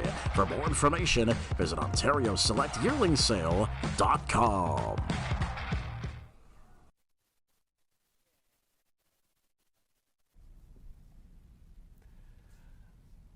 There's a look at the crowd enjoying things tonight. Oh, the puppy. Yeah, the puppy seems more energized right now than the folks he's with. But you know, they're trying to stay warm and enjoy the action here tonight. We're going to the dog, so to speak, here tonight. I'll bring back the puppy. I'd rather look at a puppy than Randy and I. But you're stuck with us here. Yes. Here we are back at our trackside location. I want to welcome you back. You're watching live coverage here on COSA-TV of the Prospect Finals. Been an entertaining night so far here. And we've got colt trotters coming up here next in race 6. And right now we're going to head back out to our paddock location and join Tony Elliott. And Tony, often nights like this really turn out to be a full family affair in terms of you know, bringing everybody out to help race these horses, right? Yeah, horse racing is always a big family affair, and it certainly is the case tonight. I called with Rick Ryer earlier today. He's got 3 horses in tonight. They buy fairly cheaper horses, and having 3 horses in the Prospect Series tonight, and like Randy mentioned, a final is a final, even going for $15,000. Nobody's going to say no to a $7,500 check, but Rick's got a lot of horses in tonight, and with longtime friends Daryl Laver and Becky Geisel, so there's certainly going to be exciting for that, and I'm sure Rick's talking away with a lot of people to try to get rid of the nerves before that race. Yeah, for sure. And yeah, Rick's had a long history in the game himself. He's a track announcer at Hanover. He's been an AGCO or OJC at the time, racing official as well, and involved with training and ownership. So, yeah, he's kind of done it all. Did he give you any hint as to what he's expecting tonight from his horses? Does he think he's going to go home with at least one winner? No, he did make a joke. He said they're eating steak tonight, but tomorrow it might be something different. So we'll see how it shakes out. Hot dogs. All right, thank you very much, Tony. And Tony is checking the scene for us tonight in our paddock location, and we'll catch up with him again a little bit later. We had a nice note from Sean Copey, and we were talking about wild turkey. And Sean, a friend of the show, the legend we call him, and he used to look after wild turkey, and a fond memory for him. And yeah, just one of the many great trotters over the years. When you talk about the then OJC circuit, and it became the WEG circuit, he was a fan favorite. I remember horses like Springtop that we used to watch race every week come to mind. And boy, you know, I can go back even further ones. there to a horse called Hang the Odds. Oh, now that great was horse. this for the people that have been out there a long time. Hang the Odds was like a very, very top open kind of a horse, free for all kind of horse in Chris Christopherou's barn. And as he got older, you know, he just kind of started to lose a little bit of that kick. So the one time there, I'm out there schooling a horse for Fred Hoffman there, and it happens to be that Hang the Odds is in front of me, and it was a dirty, really muddy, dirty, rainy night, or rainy day, I'm sorry, just after the qualifiers, and I could smell like his feet from sitting 2 horses back. Like I could smell the thrush rot coming off his feet. At that point, he'd gone, I think, 2 years without winning a race. This was a dominant sit at last and swoop the free-for-all field at one time of his life, and he went 2 years without winning a race. So I asked Fred if we could claim him, and Fred wasn't really into it because he hasn't been winning anymore. And we did claim him and worked on his feet, and he went out and won his only 2 starts for me, and then he got claimed away from me.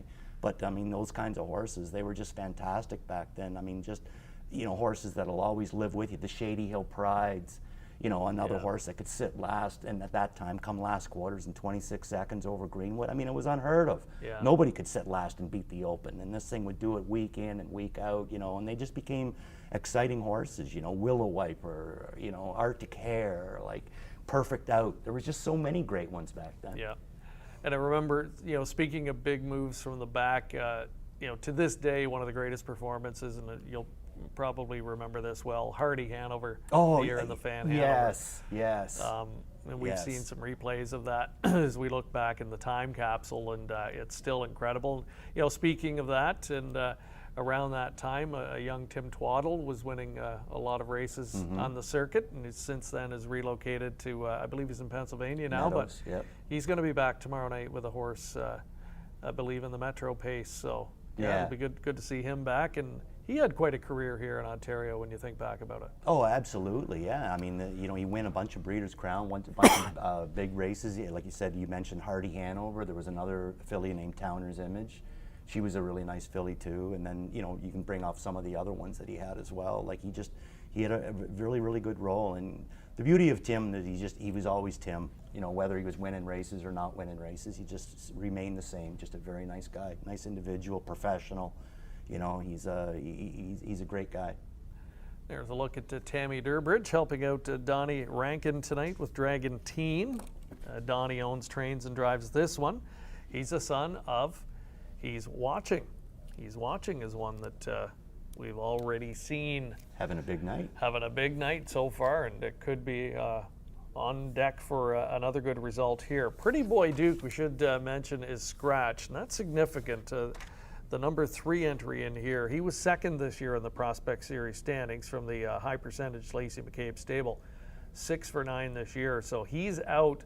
What it does is drive down the odds a little bit further on number 1, PL Oliver, but perhaps opens the door for others in here to get a good result. PL Oliver is a son of sports writer that's a 3-time winner this year. 12 on the board finishes in 13 starts, just a model of consistency. Quite a turnaround for him from last year, Randy, where he failed to win and only hit the board once in 6 and didn't show a lot of speed. So big progression from 2 to 3 there. Absolutely, and again, you know, going back to horsemanship-wise, he's coming out of the Matt Dupuis stable, and I mean, this is a guy that's just personified as a horseman. I mean, started very young in the business, grooming horses and working for different trainers and that, and progressed into being his own kind of a horseman. And this is a guy that can drive quite well, and this is a guy that can train horses quite well. He can shoe all of his own horses. He's just a consummate horseman. You know, he's a throwback to the Cali Rankin kind of a days where a guy could just absolutely do everything with his own horses, and that's kind of who Matt is. Very hard worker. And the horse that's moving in from the also eligible list is number 10, Country Boy Tough. Jack Moiseyev, one of the top catch drivers in the sport for a number of years. These days, he focuses more on the training side and has a nice stable of youngsters, and this one is a son of Better's Delight. High Stakes and Emma Christoforou share ownership with Kevin Falconer, and Nat Day is scheduled to drive. So that one's going to get to move inside and start from the number 2 spot here, or number 3 spot, I should say, in place of the scratched Pretty Boy Duke.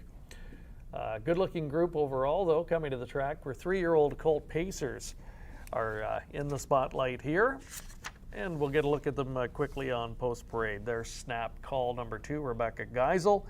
The aforementioned Rick Ryer shares ownership with Rebecca, who trains Brett McDonald driving, a son of Shadow Play. He's posted miles in the 52-53 range at points this season, so he's got the speed to compete, and he's 6-1 here. A look there at Dirty Little Piglet number 6, Garrett Rooney driving. Jeff Williamson trains, a son of Sunshine Beach. As we continue through the field, Paul McKenzie with Sights on You for Terry Gallant. A couple of PEI natives hooking up here. This one is another son of He's Watching. Lorney House on editorial for Scott McNiven. He'll leave from post 8 in the field. And Big Teddy is going to be the next one we'll see. He's your points leader this year in the division. Big Jim gelding with Austin Sorey in the driver's seat. Maybe a thought on Austin. He's been tabbed the last couple of years as one of the young reinsmen that people feel could really reach the top level here in the province. What's your assessment of what you've seen from him? I have, unfortunately, I haven't got to see him drive as much as I have, like some of the other younger guys, like the young guys too. He doesn't seem to come to Woodbine quite as much, but the biggest thing I notice is I notice the trainers that he drives for at these B tracks, and he's getting like premium trainers. So he's obviously extremely talented, and he's obviously getting the job done, because these are big barns that are using them, you know, whether it be a Bob McIntosh or a Murray Breather. Like, these are the pinnacle of trainers in Ontario. And I think that just goes to show you right there, if you can get the very best trainers, you must be doing something awful impressive on the racetrack to get that. So hopefully, I've met him a few times. He seems like a really, really nice guy. And again, hopefully the sky's the limit, and at some point he decides he's going to take a venture into Woodbine Waters, Mohawk Park, and go that route. I just love seeing young guys come in there, whether it was Bobby or, you know, Trevor or Dougie McNair, or however you want to look at it. It's just such a nice, you know, breath of fresh air when somebody new comes in, and, you know, it kind of mixes things up a little bit.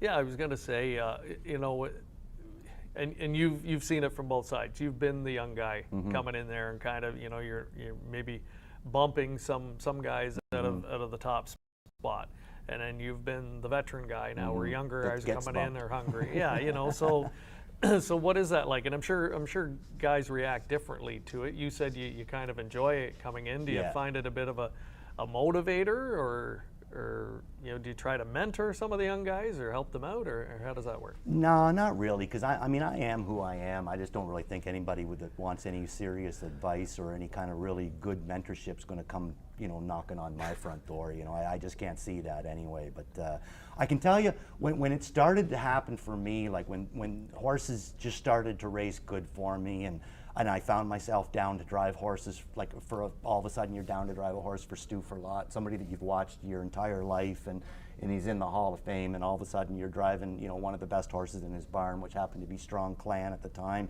To me, it was like a whirlwind.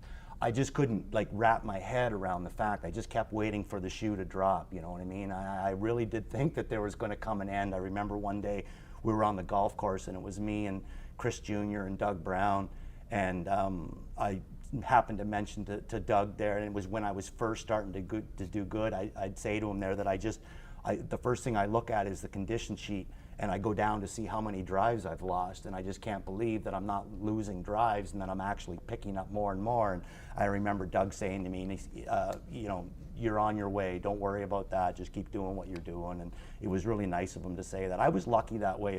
As much of a pain in the side that I was to all these drivers, there was a lot of them that actually took the time to, you know, try to make me into a better driver, and even, you know, so far as to make me into a better person. But I think they gave up on that part at one point. But, you know, guys like Bill Gale and Dave Wall, like they were just so good about it. You know, even though that you were maybe kind of pushing them aside and getting some of their drives and stuff like that, they were just so classy about it. So when the shoe's on the other foot, I try to be that same way. I try to be that guy that doesn't hold it against somebody because they happen to be young starting out their career, and I'm a little bit older and maybe winding my career down. You know, I just love seeing different drivers, and I just think that there's such a talent base, you know, in North American racing. We talk about the Dexter Dunns and the Yannick Gingras and all the Tim Tetricks, all the top and guys, but you go to any track, and, you know, it doesn't matter where you go to, you're going to find a guy that can really drive a horse quite well, and it's nice when they gravitate to the big tracks. I mean, you look at a guy, again, like O'Donnell, he spent a lot of time in Saratoga, Monticello, stuff like that. All of a sudden he lands at the Meadowlands and he ends up being the best driver in the sport. You know, I mean, who would have guessed it? You know, that a guy could walk into that driver's room colony and own it, you know, and I mean, that just goes to show you that there's such a huge pool of talent out there, and it's nice to see it tapped every now and again, and I hope Austin's the next one.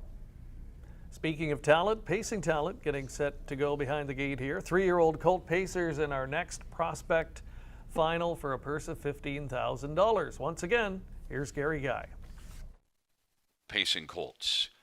Here they come.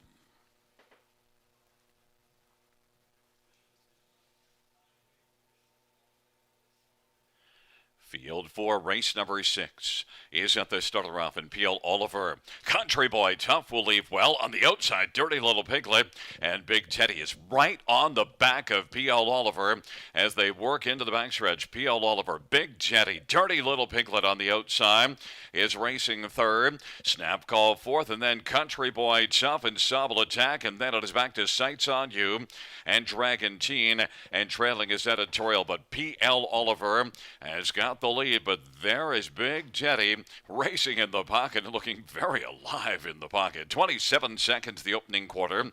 Dirty Little Piglet is racing third. Snap Call position fourth, and then Sobble Attack is racing on the inside. Country Boy Tough is still caught on the outside. That is back to Dragon Teen and Sights on You and Editorial, and they race off the turn. The field comes on towards us. It is P.L. Oliver.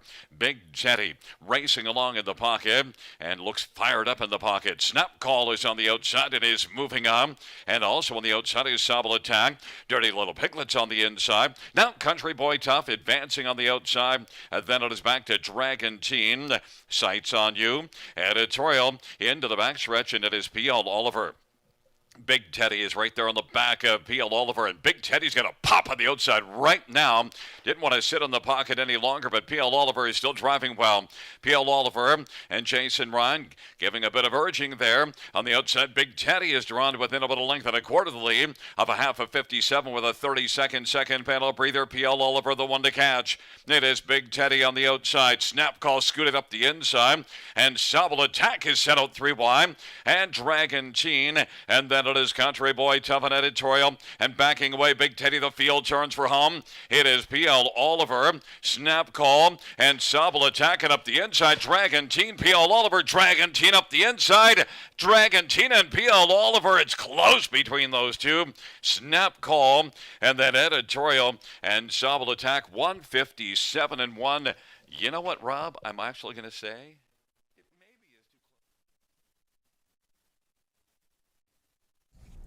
a very close finish. 3 of them right there in the win photo in this prospect final. A slowing last quarter, and it looked like P.L. Oliver, the favorite, was going to give way. And I think he surged back on and certainly got himself right into the win photograph. Number 5, Dragon Teen, coming through on the inside. I thought he was going to fire right on through and Win It Snap Call was with them as well in the 3-wide path. So we are going to await the photo finish sign here. Good stretch drive here. They were all coming for Ricky Bobby, but I think Ricky Bobby held on. I think so. This will give us a better indication right here. He was headed though, wasn't he? But, wow, that's an interesting little shot there. That is a different angle, Yeah. and I would not want to call that one. But No. let's talk about the race, Randy. You selected the post 9 starter, Big Teddy, Showing Donnie. and you thought he would get a perfect 2-hole trip. You liked that, but you could tell in the opening quarter Austin was really in a wrestling match with this guy, and ultimately forced him probably into making a move he didn't really want to make. And that's the funniest thing with horses. Like, I mean, I don't know the horse that well, if he's always a kind of a hot horse or what, but I have drove horses that have been the absolute picture perfect, nicest animal in the world to drive. And then one night, all of a sudden, they decide they're not going to sit in the hole, or they're not going to let you rate them in front, and they just absolutely take off on you. And there's nothing that you can do about it. So I feel bad for Austin, I really do. But it looks like the horse has got some ability, and maybe if they can find out what the problem was, or actually hang him up so that he's a little easier to get along with there. It looks like they might have a nice horse here. They got Donnie coming back. There he is, yeah. There he is. I would have thought that Jason held on. What a difference in the odds. 35-1 versus 3-5. But yes, indeed, it looks like he did get it done in the passing lane. Dragon Teen, a son of He's Watching. The theme continues here tonight. And Donnie does it all with this guy. He owns the horse himself, trains and does the driving. He was bred by Robert Key of Pennsylvania. And for this guy, his 4th win this season. He went winless in 12 starts last year. So big turnaround for this guy as well, and adds $7,500 to his earnings this year, almost $20,000 in the bank so far. So Donnie Rankin, and you talk about a veteran that's a great horseman, comes from a great racing family, of course, and he's been a mainstay down in the Windsor area for a number of years. We see him a lot now at Western Fair and Sarnia in the summer. But when he comes into a race like this, you have to give him more respect than 35-1. Yeah, I mean, Donnie's forgot a lot more than I'll probably ever know in my life. But also on the talking about Dragon Teen, Greg, who's he by? He's Watching, exactly. Well, there we go. It's been a He's Watching night. It has. We're watching. He's watching here tonight. I got a feeling Dave Maneri's smiling. Yeah, somewhere, I think so. Somewhere, maybe probably at Woodbine, at Mohawk. I mean, but that was his student. He was the one that brought him along. I know that from talking to him before. He's just so proud of that horse. So it's good to see that he's having a big night tonight for Dave. So there's the very happy winning connections going back. Anyone that backed the horse tonight is going to have a big smile on their face as well. Again, 35-1 odds. We are still awaiting the official prices here. That was a high 5 race, so who knows? We might have a carryover in the high 5 here, but we'll have those prices for you in just a moment. There we go, $74.80. The win ticket return, and indeed someone did have that super high 5, so a 20-cent ticket garners you just under $3,000. Congratulations. A 20-cent pick 4 is a good one, $1,293 and change. The exactor, $535, and a dollar try, $744.45. Dragon Teen, our biggest upset winner of the night so far, converts a perfect trip, slips up the passing lane, gets there by a nose to capture the Prospect Series final for Colt Pacers. Coming up next will be race 7 on the card. 3-year-old Colt Trotters are in the spotlight coming up next. Another full field of 9, and we'll have it for you after the break.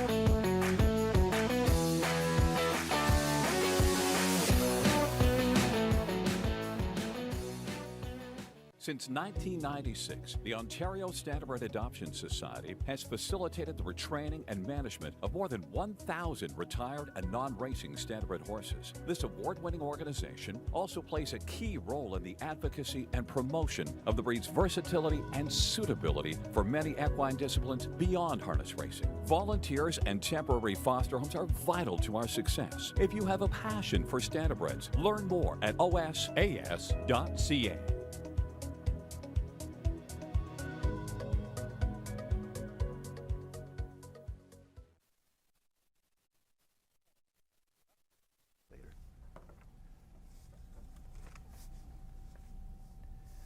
You're watching live coverage of the Prospect Series finals from Grand River Raceway in Elora, Ontario. We're back on the trot here for the upcoming 7th race. 3-year-old colts will square off in this contest. And another great vantage point from our paddock location of the horses going through their final preparations, tweaking the equipment and just making sure everything's ready to go here prior to the post-parade. So this is crunch time when the horses get their game face on, Randy. And we've talked about it before on some of our other shows that I marvel at how well behaved and relaxed most of these horses are these days. I guess it speaks to the breeding, but you see them in the paddock and you know, some of them look like they could drift off and go to sleep, and they go out a couple of minutes later and take a new lifetime mark. It's pretty amazing. They're different than when I grew up. Like I can remember even, you know, like being, you know, 16, 17 years old and my father buying, you know, like really nice horses, like nice babies from the sale, like no, you know, not cheap ones or anything like that, but, you know, average, very nice kind of babies. And I can remember like so many times, you know, you could spend a month and a half just trying to teach one how to pace. And now they come out of the field and you see them in their video or something and they're free-legged pacing, or you see them on the track getting broke and they just slide right over to a free-legged pace. It's just, horses have changed so much, the standardbred horses, you know, they don't even really look the same as what they used to, and they certainly don't act the same. They were a lot hardier, tougher breed to get along with back then, you know, in the 70s and 60s and that. But now they just seem like, with all the better breeding farms or the better studs or the better mares, or the fact that they get handled so much at these breeding farms, that they just seem to be able to take a lot in and you know, stay calm about it. We want to, a little bit like myself. Yeah, absolutely. I'm a calm kind of guy. You've mellowed a lot with age. Absolutely. You know, for sure. There's only so much fence in Ontario you can paint. You know that. Again, we want to welcome everybody tuning in tonight. Barb Longafee, one of our loyal viewers, tuning in from Cape Breton. Hello to her. And again, if you've got a question for Randy or a comment, we'd love to hear from you. Maybe let us know where you are tuning in from tonight. And following the show, don't forget, for everybody who does comment this evening, you're going to be entered for a draw for one of 3 brand new COSA-TV baseball caps. Nice prize, and we'll be giving out those later. And we also should quickly remind you, while we have a moment, we got a big show coming up tomorrow night. We hope you can join us again for the 2nd edition of the Mohawk Million. That's only part of what we have tomorrow night. The 2-year-olds take center stage. We've got the Rich Metro Pace for Colt Pacers, the She's a Great Lady for the fillies. We've got a division of the Simcoe Stakes. And even a part of the undercard tomorrow night, we won't have it on our coverage, but Bulldog Hanover and Company, Desperate Man back tomorrow night in a Gold Series leg. And it won't be long. That's such a hard race to figure. It you know, really it is, because, you know, like Bulldog last week, it just wasn't him. And Desperate Man just seems to be getting stronger and stronger, you know? So how do you, like, if Bulldog goes back to being the dominant horse, or is it now the Desperate Man's time to be the dominant horse? That's a tough race to look at, that one. It does. It's good for the bettors, right? Very good for the bettors, yeah, it's going to be a good that way, rather than having one clear standout coming in. And yeah, everybody looking forward to that. That's just one of the storylines tomorrow night. Let's take a quick look as well at the OSS standings this year. On the breeding side, I believe we're going to take a look at here the leading breeders in the OSS program, and it's Winback Farm of Canada. They've had 24 wins in the OSS program this year, $876,000 earned for that operation. The legendary Hanover Shoe Farms making an impact this year in the OSS program, sits second in the standings. And Miller Farms, what a year it's been for George Miller and his farm of homebreds. 18 wins, $630,000. I would say, you know, the long, illustrious career George has had in Ontario, I don't think there's one that could top this season for him. No, and I mean, there just isn't many nicer people you're going to meet in your life than George Miller. He's got a heart of gold, and he went through a tough time earlier this year, having to do a double lung transplant, and then finding out that the lungs that he was given, the new lungs, had COVID in them. You know, then he had to go through that, and I mean, this is a tough man. You know, and it's so great to the amount of money and the amount of time, the effort that he's put into this business, and now this year he's really letting it pay off in spades. And for anybody that out there that has been to Miller Farms, I envy you. I've never been there yet. He's asked me to come up a couple of times, and I've never been there, but I did see the one interview with George or whatever, and they droned it. I mean, that farm looks to me like it's just sensational. You know, and just this is what he's done for the business, you know. I mean, it's very, very nice to see. Yeah, we were fortunate to take a trip up there in You've been there? Early summer. Beautiful. Yeah. We went up and shot a feature with him. It's probably the one Maybe, that you yeah, saw. okay. And yeah, Looks gorgeous. we did take the drone, and it is a show place. Really? To say yeah, the least. it looks like it. It's incredible.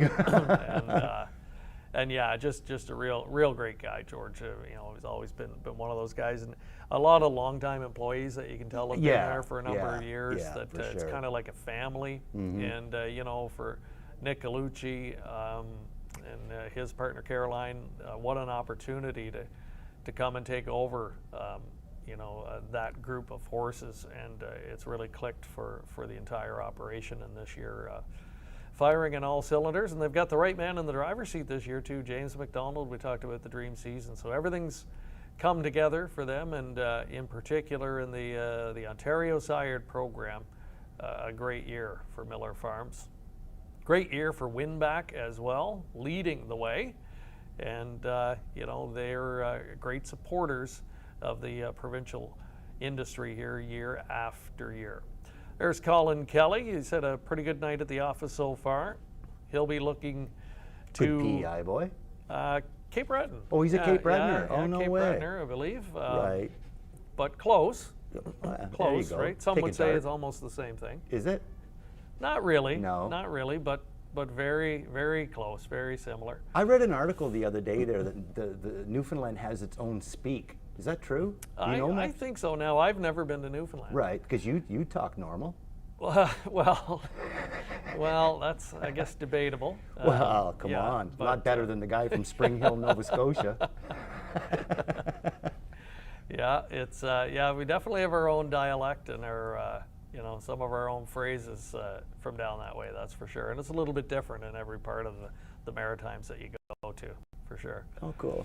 There's Brett McDonald, a PEI native. A lot of transplanted Maritimers up here in the race game. There's no question about that.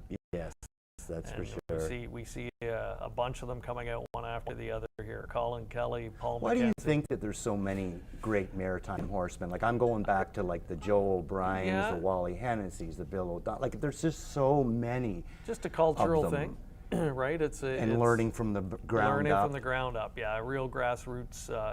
You know, where you learning get on to the start, cheap horses. You learn exactly. You look after several horses. They're not ready-made. Right.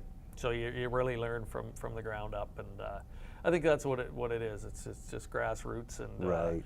And it's just ingrained in the culture. There. Right. And speaking of maritime horsemen, I think you mentioned it earlier there, but Brent McGrath appears that he has another really nice horse again. It does, yeah. From what we've seen, really turned heads, and you know, you've got similar connections to, of course, the sire of that horse from the last crop of Sun Beach Somewhere, I believe. So wouldn't that be something to see Brent, you know, strike lightning again, as they say? Little Brent. Have you seen him lately?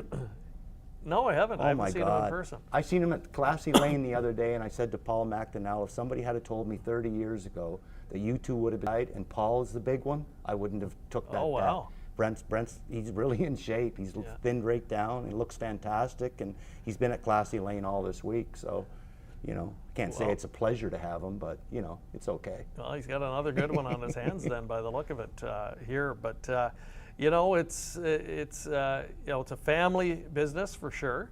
You know about that, coming from you know, arguably the most famous racing family in Canada, or one of. We just had a look at Ryan Holiday. You've got a father-son operation here. Dave Holiday co-owns and trains this guy, Ryan doing the driving. There's another guy, Dave Holiday. You know, they don't have the numbers of horses that some of the bigger stables have, but always competitive. Seems to fly under the radar. You don't hear much about him in that. High average trainer. Yeah, exactly. Like he just seems quality. like the horses that he puts on the track, whatever they are, they're, you know, they race very, very well. And I've seen him take horses down to Mohawk and Woodbine, and you know, do quite well with them there as well. And yeah, so you know, he's had horses that can range from prospect. He's had a lot of good grassrooters and a lot of good gold performers. And even like going on the family thing that we were going at, the one horse is the horse that I like the best in here, Johnny Ping and Dagfinn Henriksen.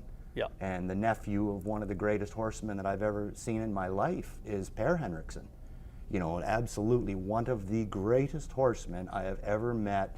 And to sit down with this guy and talk horses is amazing what you can learn. So I'm only thinking to myself, what has Dagfinn learned after all the years of working for Per? You know, and Dagfinn again runs a very nice operation, you know, training at a 270 average this year. And this is a horse that looked like he was showing a lot of problems at one time and just wasn't getting his act together. And then all of a sudden, you know, come this third week of August, it seems like he's changed that pattern and he's found out whatever it was that was bothering the horse. And he, you know, he had 257 efforts, you know, both at Georgian Downs, good miles, but the last trip at Flamborough when he went in 2-1, and it just seemed like he was very, very well in hand to me. And in fact, I thought he was even maybe shut down at the wire. You know, again, it's a family game, eh, Greg? Absolutely, and you hit it on the head. I think the horsemanship gene probably runs in that family as well. And you know who I'm hearing really good things about as a driver, as an up-and-coming driver, like in my area or whatever, is Tyler Moore. Yes. Yeah. Yes. I'm hearing a lot of good things in the Mohawk area about Tyler Moore. A lot of people are very, very happy with the way that he's drove their horses, and I know Ian's given him a much bigger shot this year than in previous years. You know, he's turned over a lot of the better horses to Tyler, and he's done really, really well with them. And I know that, like I said, there's a lot of people around there now that, you know, a lot of them are talking about Tyler, which is good. Good article on him recently as well. And I think it may be a turning point season for him. I would agree. Absolutely. We've seen it with Scotty Young. You know, where he was able to make that jump, and I'm kind of hoping that Tyler, you know, it's like I said, it's always nice to see young people, you know, driving horses there. It mixes things up, and it's good for the handicappers because they don't know what the young driver's going to do, and the young driver's there to usually prove a point, and they will race hard, and you know, it's just good. It's all around good for the sport. I will say this, and I'll, you know, at the risk of offending Ian, but I believe Tyler's a better driver than Ian. He's definitely got better hair. Now, you know, to equal Ian on the training side will be quite a feat.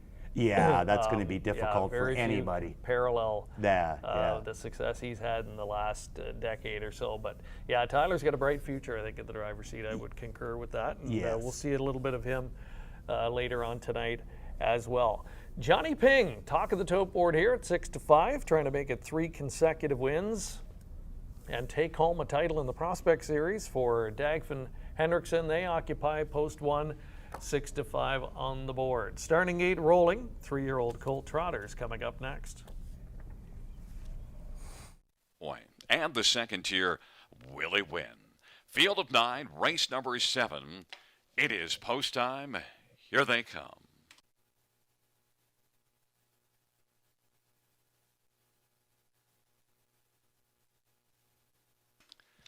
The 7th race trotters, the Prospect Series final for 3-year-old trotting colts and geldings into the stretch drive. They're at the start of the round. Horoscope flashes early speed. Johnny Ping, Ranger Rob, and Insanity is leaving with Arch Hall, and they work on around the turn. Johnny Ping on the inside, Horoscope on the outside. Insanity is racing third, and Ranger Rob is positioned fourth. Then it is Arch Hall as they work on down the backstretch. Horoscope is trying to get the better of Johnny Ping, but Johnny Ping on the inside with that post one advantage has got the lead. But Horoscope trying to open up a spot on the inside, but that spot is being filled by Insanity and Colin Kelly. And now Horoscope and Bruce Richardson looking for a seat on the pylons. Doesn't have it yet, but now is going to back into the 3-hole as it is a big hole. And then Ranger Rob is racing fourth and Arch Hall is fifth. 28-1's the opening quarter. Back in sixth is Petro Dealing as they work their way on around the turn. And then further back Jackson Storm and get to the point. And the field races their way off the turn and they come on towards us. Johnny Ping has the lead. Johnny Ping, Insanity, and Horoscope. Ranger Rob is on the outside, racing first over. Arch Hall follows Ranger Rob, and on the inside, Petro Dealing. Then it is back to Jackson Storm and get to the point. On into the backstretch they go. 58-2 is the halftime, and it is Johnny Ping who's got a lead of a length and a half, but Insanity is in the pocket. Here comes Ranger Rob, and Arch Hall set out 3 wide, and Paul McKenzie appears to have a lot of horse now within Arch Hall on the outside, who's moving up and is quickly taking over second. Johnny Ping, Arch Hall, Insanity on the inside, and now Get to the Point is moving up and has gotten into contention. 3/4 off of 58-2 halftime as they race through in that final turn. 3/4 was 129-4, and they're about to turn for home. It is Arch Hall on the outside, Johnny Ping on the inside, then Get to the Point, and Insanity is looking for the passing lane on down the stretch drive they come. Johnny Ping, Insanity up the inside, Johnny Ping, Insanity was crazy good up the inside when Johnny Ping was second. Then it was Arch Hall and Petro Dealing. We'll give you the mile time later as we had a problem with the timer, but no problem seeing the finish. And it was Insanity and Colin Kelly, 12-1. Rob.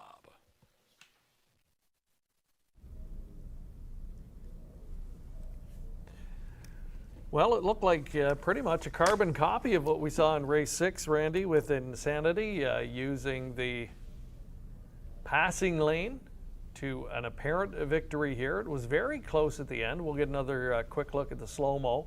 Last time we couldn't call it. We thought that the pace setter may have come back on to win, and it looked like the same could happen here, but I don't think so. I thought in real time that Insanity got there. What do you think? Yeah. Yeah, I'm going to go with you on that. Like when it did look like maybe Dagfin was coming back onto him again, you know, but the trips are so important, and this horse was tripped to death.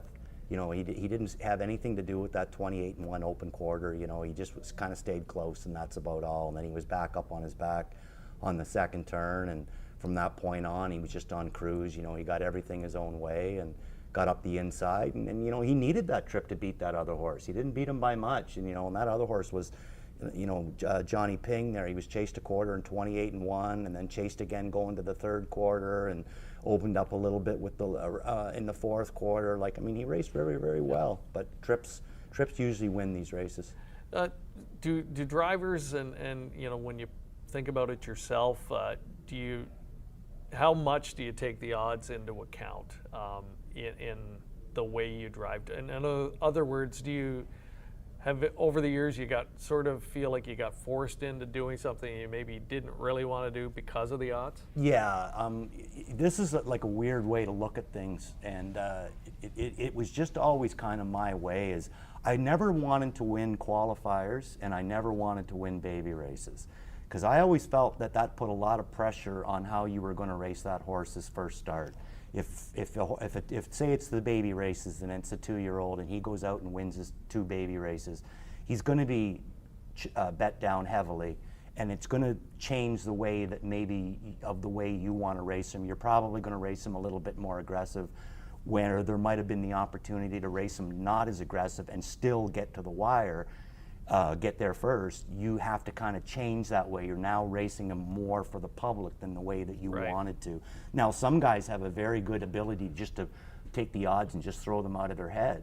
And I never really paid much attention to my own odds because I knew what I was driving, but sometimes I did like to take a look over, because once in a while the bettors would find a horse that maybe I didn't see in the program or whatever, and then they'll find, and all of a sudden you'll look up and you'll see, why is this horse all of a sudden 7-2?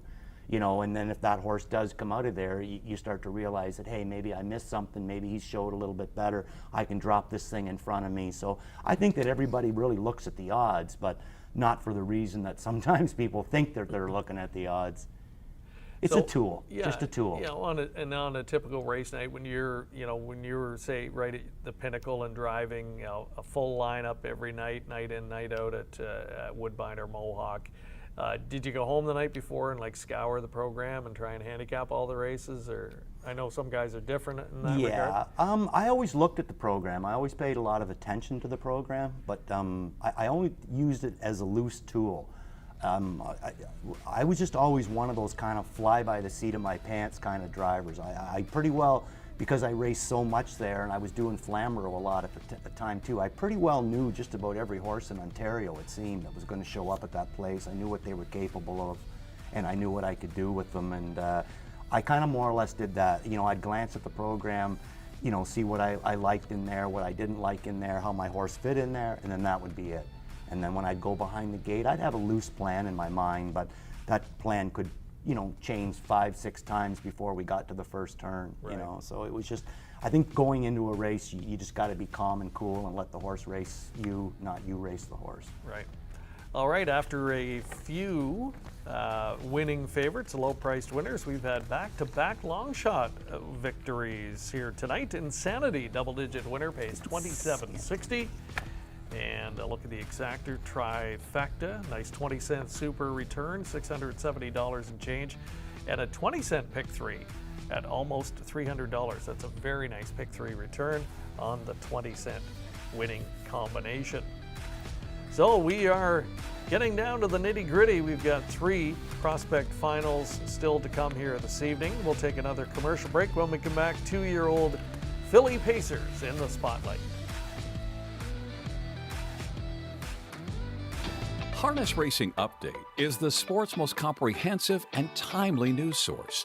HRU covers the sport from all angles with news, features, photography, opinion, and analysis of racing. Also, HRU covers breeding and sales, as well as industry stories you need to know. It's all delivered by a deep, diverse, and talented team of writers and photographers. And the best news is that it's free to subscribe. Subscribe to HRU today for free at harnessracingupdate.com and see what everyone is talking about.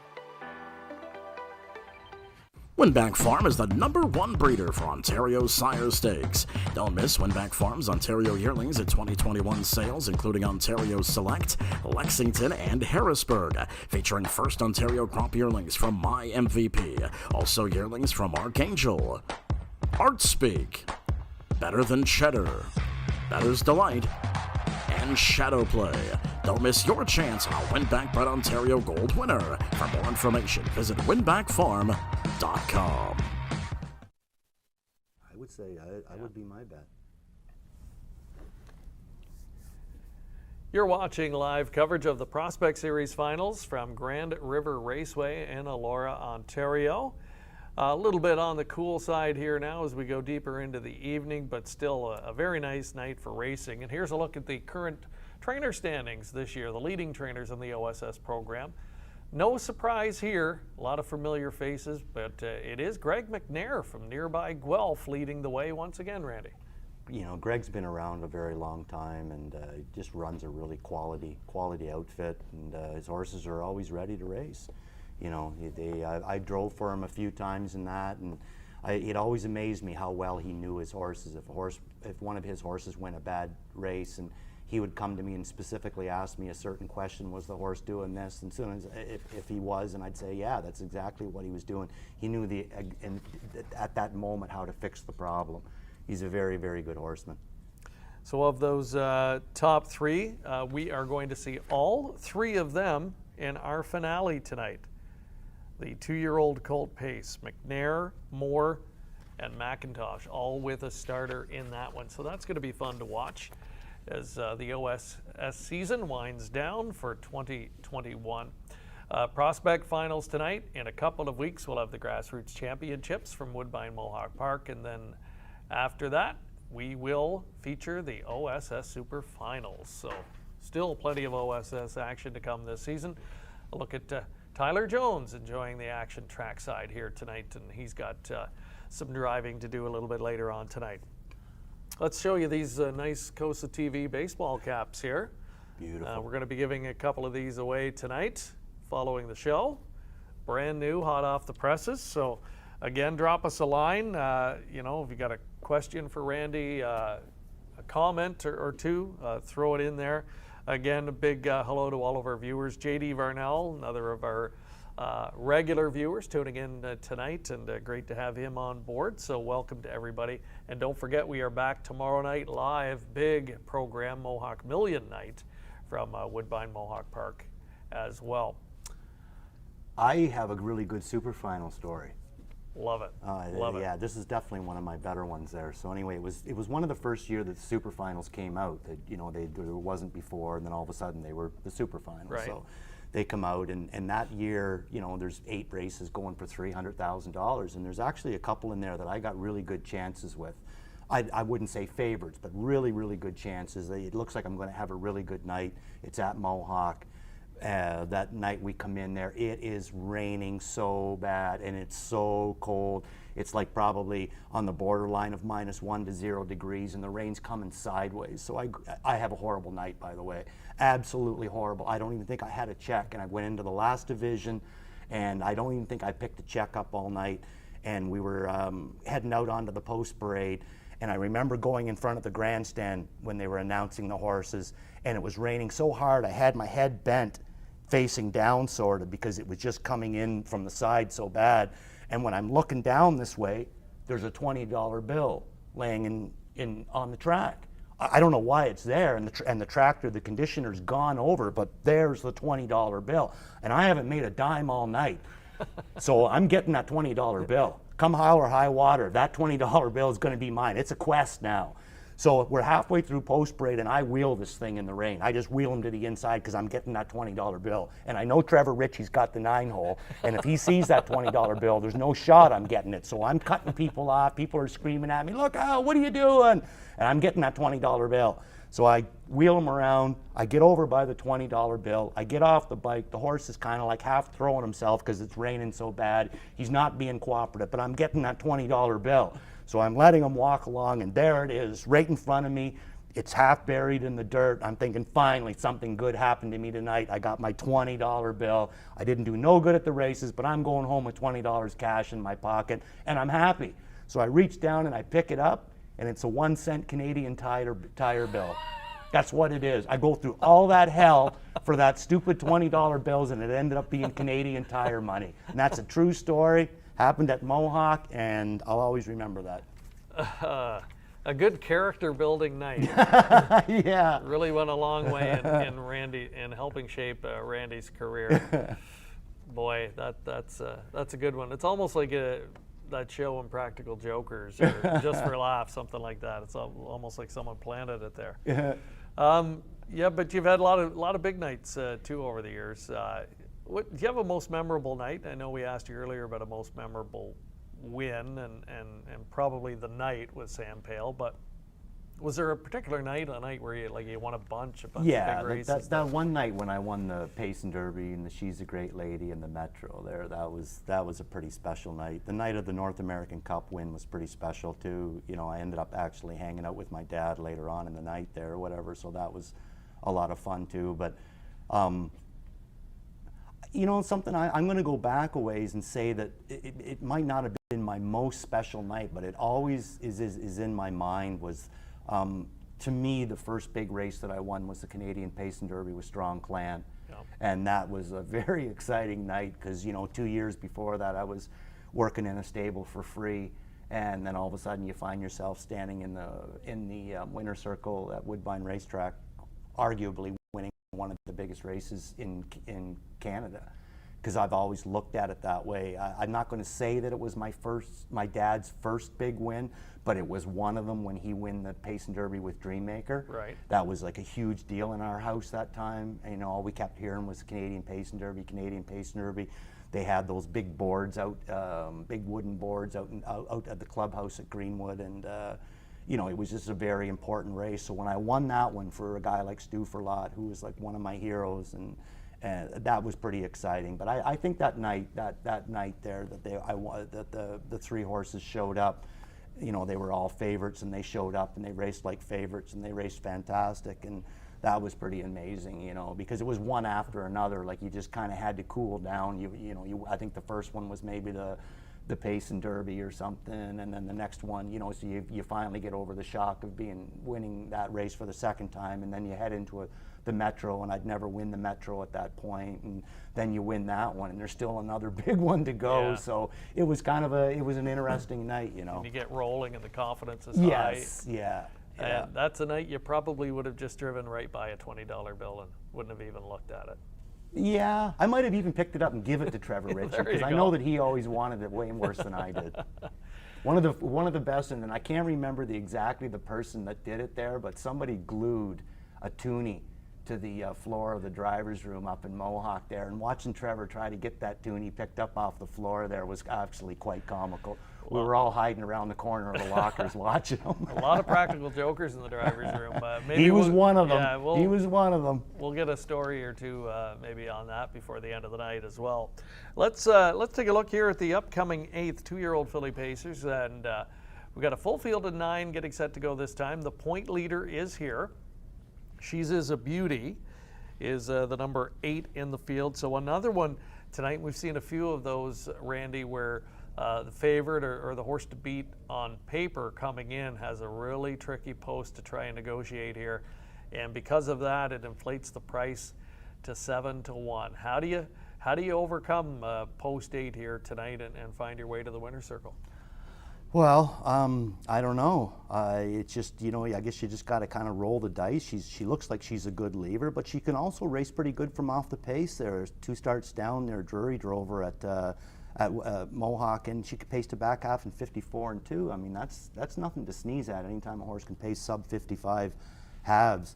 My own personal opinion there, I think that he could just as easily probably just take her back and just let her race along. You know, a lot of it's going to be depending on what happens that first 2 steps out of the gate. If there's a lot of them going out there and it looks like there's going to be a really quick first half kind of pace, then I would probably race her from off the you know, from behind. And if anything happens that he starts going out of there with her and it looks like there's only going to be 1 or 2 leaving, I'd roll the dice, take my shot, you know, and go on out of there. A lot of these horses will probably be shut down after these races too, you know, and to get ready for their 3-year-old seasons or the seasons after that, you know. I mean, so like sometimes it's, you know, this is what it comes down to. You're not racing next week, so roll the dice and take a shot. Take a shot. Take a shot. Yeah, you've got kind of the winter season to recuperate if it doesn't work out and you get a tough trip. But as we say that, the odds are starting to even up a little bit. She's down to 7-2. There's your favorite. Her name is Maralou, and very good form, very consistent. 5 for 9 on the board this year. Just a single victory, though. You know, the lines certainly look good. The times look very competitive, always in the hunt. But, you know, with just a single victory, I would say overbet at 3-5. What do you think? My own personal opinion, yes, I would say overbet. You know, she was the betting favorite the night that she won at Grand River here, and yes, she did come first over, but it wasn't like ridiculous, crazy fractions or anything, and she only got there by a nose. Last week, she sits in the 2-hole and she finishes second. This might be one of those horses that kind of goes through her life a little bit camera shy. She'll never have that high winning kind of percentage, so I just find that horses that don't seem like they want to win, it's very hard for me to play them on top. I did pick her for second, you know, because I think she's quite well in her wheelhouse, and she's obviously got the talent that she can win if she's, you know, puts her mind to it and has that right kind of a trip. But the problem with horses, like I said, it's just one of the intangibles. You can't teach them to win. They either want to win or they don't, and usually the ones that want to win will show you on their summary that they want to win races, and I just don't maybe necessarily see that quite on hers. Not to say that she doesn't come out next year and goes undefeated. You know, you never know. I'm going to go to another better than cheddar filly here, making just her third career start. Her name is Sobble Amber. Otis Hall, another of those trainers that always seems to come up with one or two good ones every year. In the third start last time, paced a big middle half. I like the move in the middle half. Came from 6th, rallied up to 3rd in a fast second half time. Faltered late, but did pace in 57 and change. Lowered her speed, and with that seasoning and a better trip tonight, who knows? Maybe a chance to upset. She's 6-1 for Tony Hahn, and has that experience under her belt. 2-year-old filly pacers in the Prospect Series final. The gate is rolling.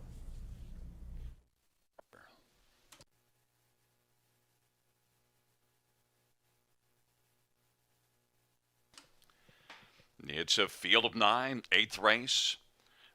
There at the start of the rough, Marilou and Ann's Credit, Million Angels, and Sobble Amber. She's a Beauty's going to gun from the outside and try to find position as they work on around the turn. And it is Marilou. Marilou has got the lead right now. Ann's Credit on the inside. Sobble Amber continues to drive, and then racing on the inside. That is Case Ryder, and now She's a Beauty has a seat on the inside 5th, and now pressing on. Sobble Amber is going to surf up and take the lead. Marilou's racing position 2nd, and 3rd is Ann's Credit, opening quarter 27-4, and then Case Ryder is racing 4th, and She is a Beauty back there in 5th. In front of Million Angels and Lola's Sunshine, and then Building Hope. The field works their way off the turn, and they come on towards us. And right now it is Sobble Amber who has the lead. Sobble Amber and Marilou as they race their way up towards the half. Sobble Amber cruising along. Sharp opening quarter 27-4, has a lead of a length and 3/4, and the halftime was recorded by Sobble Amber in 57-4. Got a 30-second second panel breather, and Marilou is 2nd, studying Sobble Amber from a closer pocket ride now. Case Ryder to the outside at 19-1 is working first over. Ann's Credit to the inside, and She's a Beauty is spotted within striking distance, 2nd over. And then on the outside, as the field works their way on down the back stretch, is Million Angels. And then on the inside, Lola's Sunshine, but it is still Sobble Amber, the one to beat. 3/4 coming up next. Sobble Amber, Marilou, been bravening up in the pocket. Case Ryder getting submerging and is 2 1/4 off the lead. 3/4, 127-1. She is a Beauty is out 3 wide, and Million Angels, and on the inside, Ann's Credit, and then Lola's Sunshine. But it is Sobble Amber as they turn for home. Sobble Amber and Marilou up the inside. Sobble Amber just keeps on trucking. Sobble Amber, Marilou, then She is a Beauty, and it appeared to be Million Angels, but Sobble Amber scores in race number 8. Sobble Amber is on the board. The odor, that's the one that you talked about, isn't it? Yep. Yeah. All right. Well, I'm not on par with Randy yet tonight, but that's my best winner so far, Sobble Amber. Yeah, I felt really good. She made the front so easily, and I really liked the body language from driver Tony Hahn going to 3/4. It looked like he had tight lines, and the filly seemed to be really covering the ground effortlessly, and the end result, quite nice confident. Pardon me? Tony, he seemed to look quite confident when she cleared to the front there. Yeah. Like you said, it just seemed like he never really got into her. Even here, he's just got the tight lines on her still. And yeah, you just never know, right? I just thought that last race she would take a lot away from that. Got that experience, and she really raced in the middle half of the race. She kind of did all the work there and tired late, where tonight able to keep rolling. 57-3. It's a nice trip tonight. It's a little bit chilly very out good there. Trip. Yes, That's for sure. a solid effort for a 2-year-old filly here at this time of year. I thought it was a sharp drive from Hahn too. You know, I mean, she doesn't show like where she shows a lot of gate speed. She had the 2-hole once and got away 2nd, but it was only 31 seconds. But you know, he zipped her out of there good, and I mean that's what won him the race when he was able to clear the way that he did. I just think that's what won him the race. Better than Cheddar, another sire that's near the top of the rankings here the last couple of years in Ontario. 1-2 from that sire, Marilou. Talked about that one, always in the hunt, and another good result. It didn't get the win, but a runner-up finish here, and adds a few more dollars. Yeah, that's to what it's her all about, bank you know, I account. mean, is to make that kind of money. And like I said, I've seen horses like her that, you know, didn't seem like they were interested in winning, and then they come back the next year and all they want to do is win. You know, you just never know. But she looks like she's got talent, and as long as they got talents, you know, there's a pretty good chance that they're going to make you money. That's a great point. We see the talent. We know we've got a good racehorse there. She's very competitive. When it comes to that winning record or a non-winning record, you know, would you say it's just mental at that point? I think a lot of it, you know, some of it can be ailment. Some, you know, there's a lot of horses have sore feet, and you find as a driver that when a horse is sore-footed there, they don't necessarily want to go by that last horse, and they don't necessarily want to be in front and push themselves hard all the way to the wire. So sometimes it can be a physical problem, but most of it usually is an attitude kind of a thing, and you can change that. I mean, I'm not going to say this in a bad way, because I would love to own this horse, and I think he's an absolutely marvelous horse. But a perfect example to me of a horse that really doesn't want to win is Perfect Sting. That to me is a horse that just not really that interested in winning. Finish in second, sure. Chase a horse down, sure. Win the odd one, sure. But you know, he just doesn't seem to me like he's got that killer kind of an instinct. But this is a horse that's probably going to end up with $2 million on his card when he's done racing, you know, finishing second and third. Yeah, you're right. He's had a lot of narrow defeats, Yes, right? And, yes. And the champions, the Cam fellas, they find a way to take those narrow defeats and turn them into narrow victories, right. you know. And you're right, and not diminishing from the colt in any way, shape, or form. Just He's an a absolutely beautiful top animal, colt, you yeah. know, really is. But it just seems like he's kind of, you know, like he's just not really that interested in beating that last horse or holding that last horse off. And the ones that you do find that want to do that, you know, then you've really got yourself something there.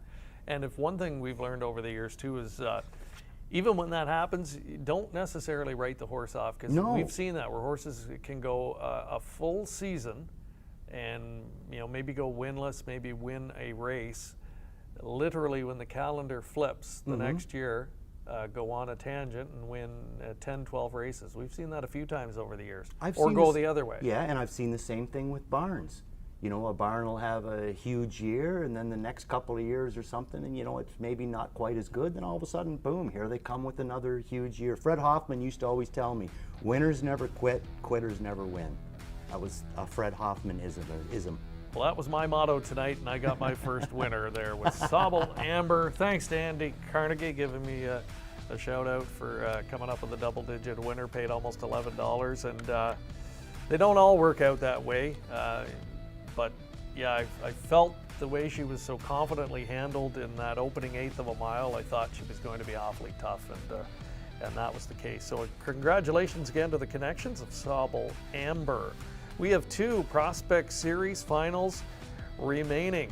The 2-year-old Colt Pace will wrap it up later in race 10, but before that, 3-year-old filly trotters coming up next when COSA-TV continues. By now, you know the name COSA-TV, an industry leader producing unique, high-quality digital content promoting harness racing in Ontario. Features, virtual programming, live events, and more. COSA-TV has it covered. Follow our social media channels and be sure to subscribe to our YouTube page to view the latest content.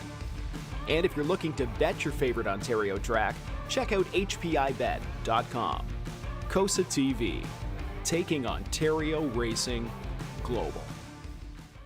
Since 1996, the Ontario Standardbred Adoption Society has facilitated the retraining and management of more than 1,000 retired and non-racing standardbred horses. This award-winning organization also plays a key role in the advocacy and promotion of the breed's versatility and suitability for many equine disciplines beyond harness racing. Volunteers and temporary foster homes are vital to our success. If you have a passion for standardbreds, learn more at osas.ca.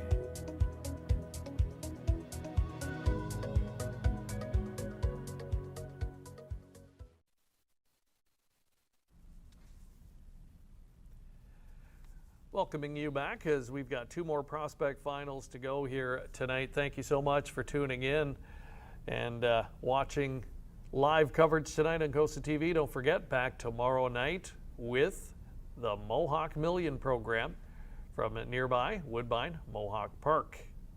And we are in the midst of Ontario Sire Stakes Championship season. Prospect Series Finals will kick it off.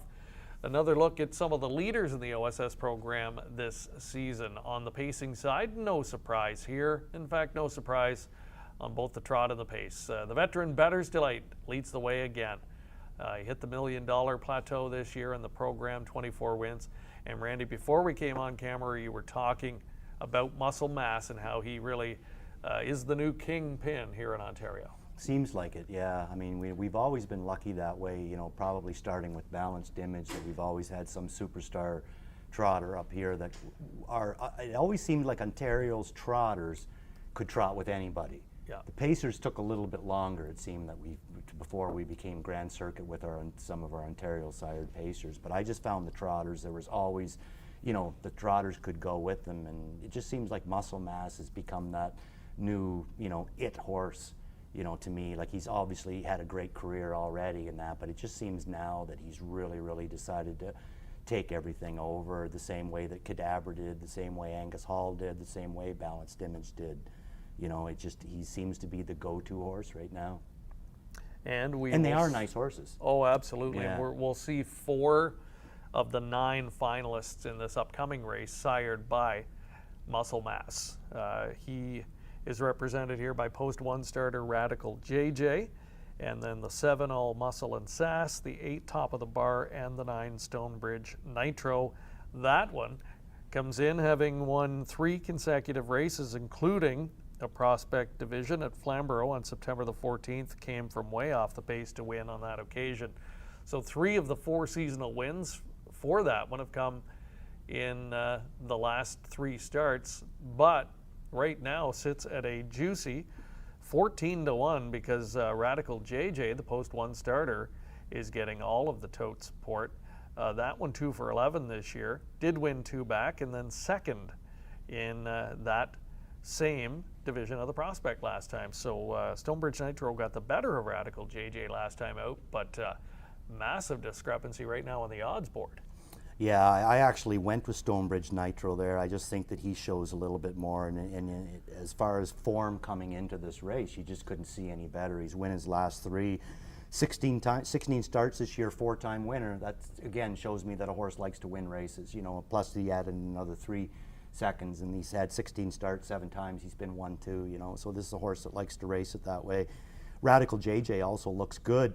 As much as I'd like to see Stonebridge Nitro win, because I did pick him, it certainly wouldn't bother me in the least to see Radical JJ end up finishing or end up getting the win. Sean Stacey, Mark Stacey's son, young up-and-coming trainer, very nice guy. But the guy that I really look forward to on this race is Ryan DeRoche. I don't know if you know Ryan or not, but I find him to be quite humorous and quite comical, you know, and I know how bad he wants to have a driving career, and I just really hope that this is one little step that he can take forward here. And it's nice to see Sean give him a try with this colt, and he fit him really good last start. He finished a good second, come first over with him, and like I said, I just love to see the kid go on, because I really truly think that he'd be an asset to the sport. He's quite comical. And I think you know, the key, and you can agree or disagree, but for a young guy, when you get an opportunity in a race like this, so for him at this point in his career, this is be a big moment. Mm-hmm.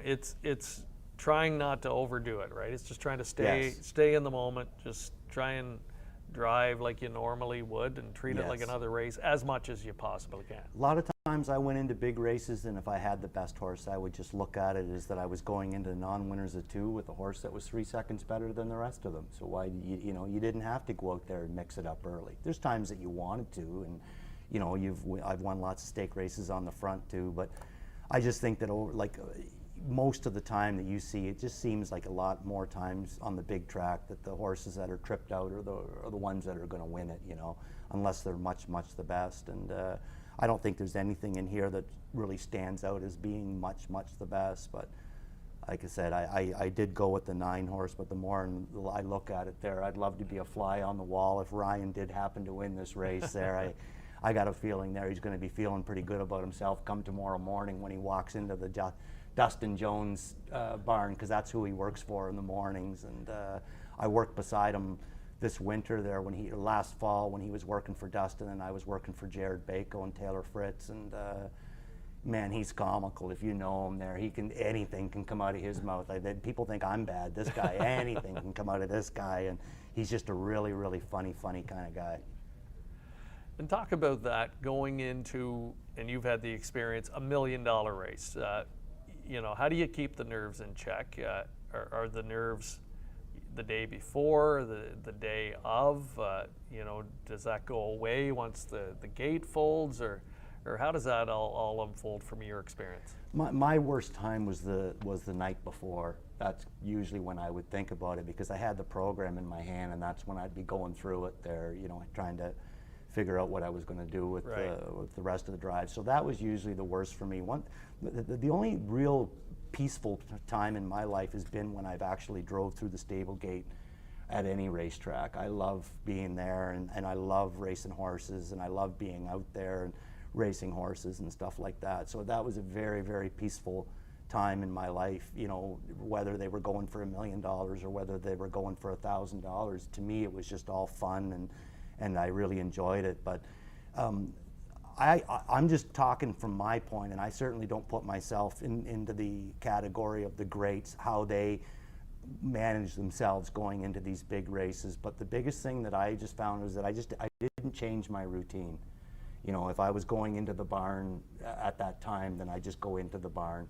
Whether I was eating, what I had to eat that day, whether it was getting a good nap in the afternoon. I just tried not to change my routine, so that when I did get into the track, it just seemed like it was just an everyday other night. So as long as you don't push, everybody used to always say, the only pressure is what you put on yourself. So I think the best way to go to these big races is just try not to think about it, you know what I mean, and just kind of keep that pressure off to the side and those thoughts off to the side, and just go out there and know that you have a good horse, you got a good post position to work with, like in Ryan's case, and just don't try to overplay your hand, just don't try to overdrive him, because that's a sad feeling when you got to come off and you've wasted the trip on racing them the wrong way or whatever, when you could have done something different. That's a bad feeling. Now, with a young guy like him, you talked about the fact that he's got that demeanor, he's a bit of a joker. Do you think he's got the right kind of a demeanor to make a good driver? Well, I mean, he ain't O'Donnell, but he's close to O'Donnell. So if you can be a jokester and a practical joker and have a wicked sense of humor, I can name you three people that I think that fit that category. 1, William O'Donnell; 2, my father; and 3, Mark McDonald. I think those are about the 3 biggest, teasing, practical joking, fun kind of guys with wicked sense of humors, and all 3 of them were just fantastic drivers.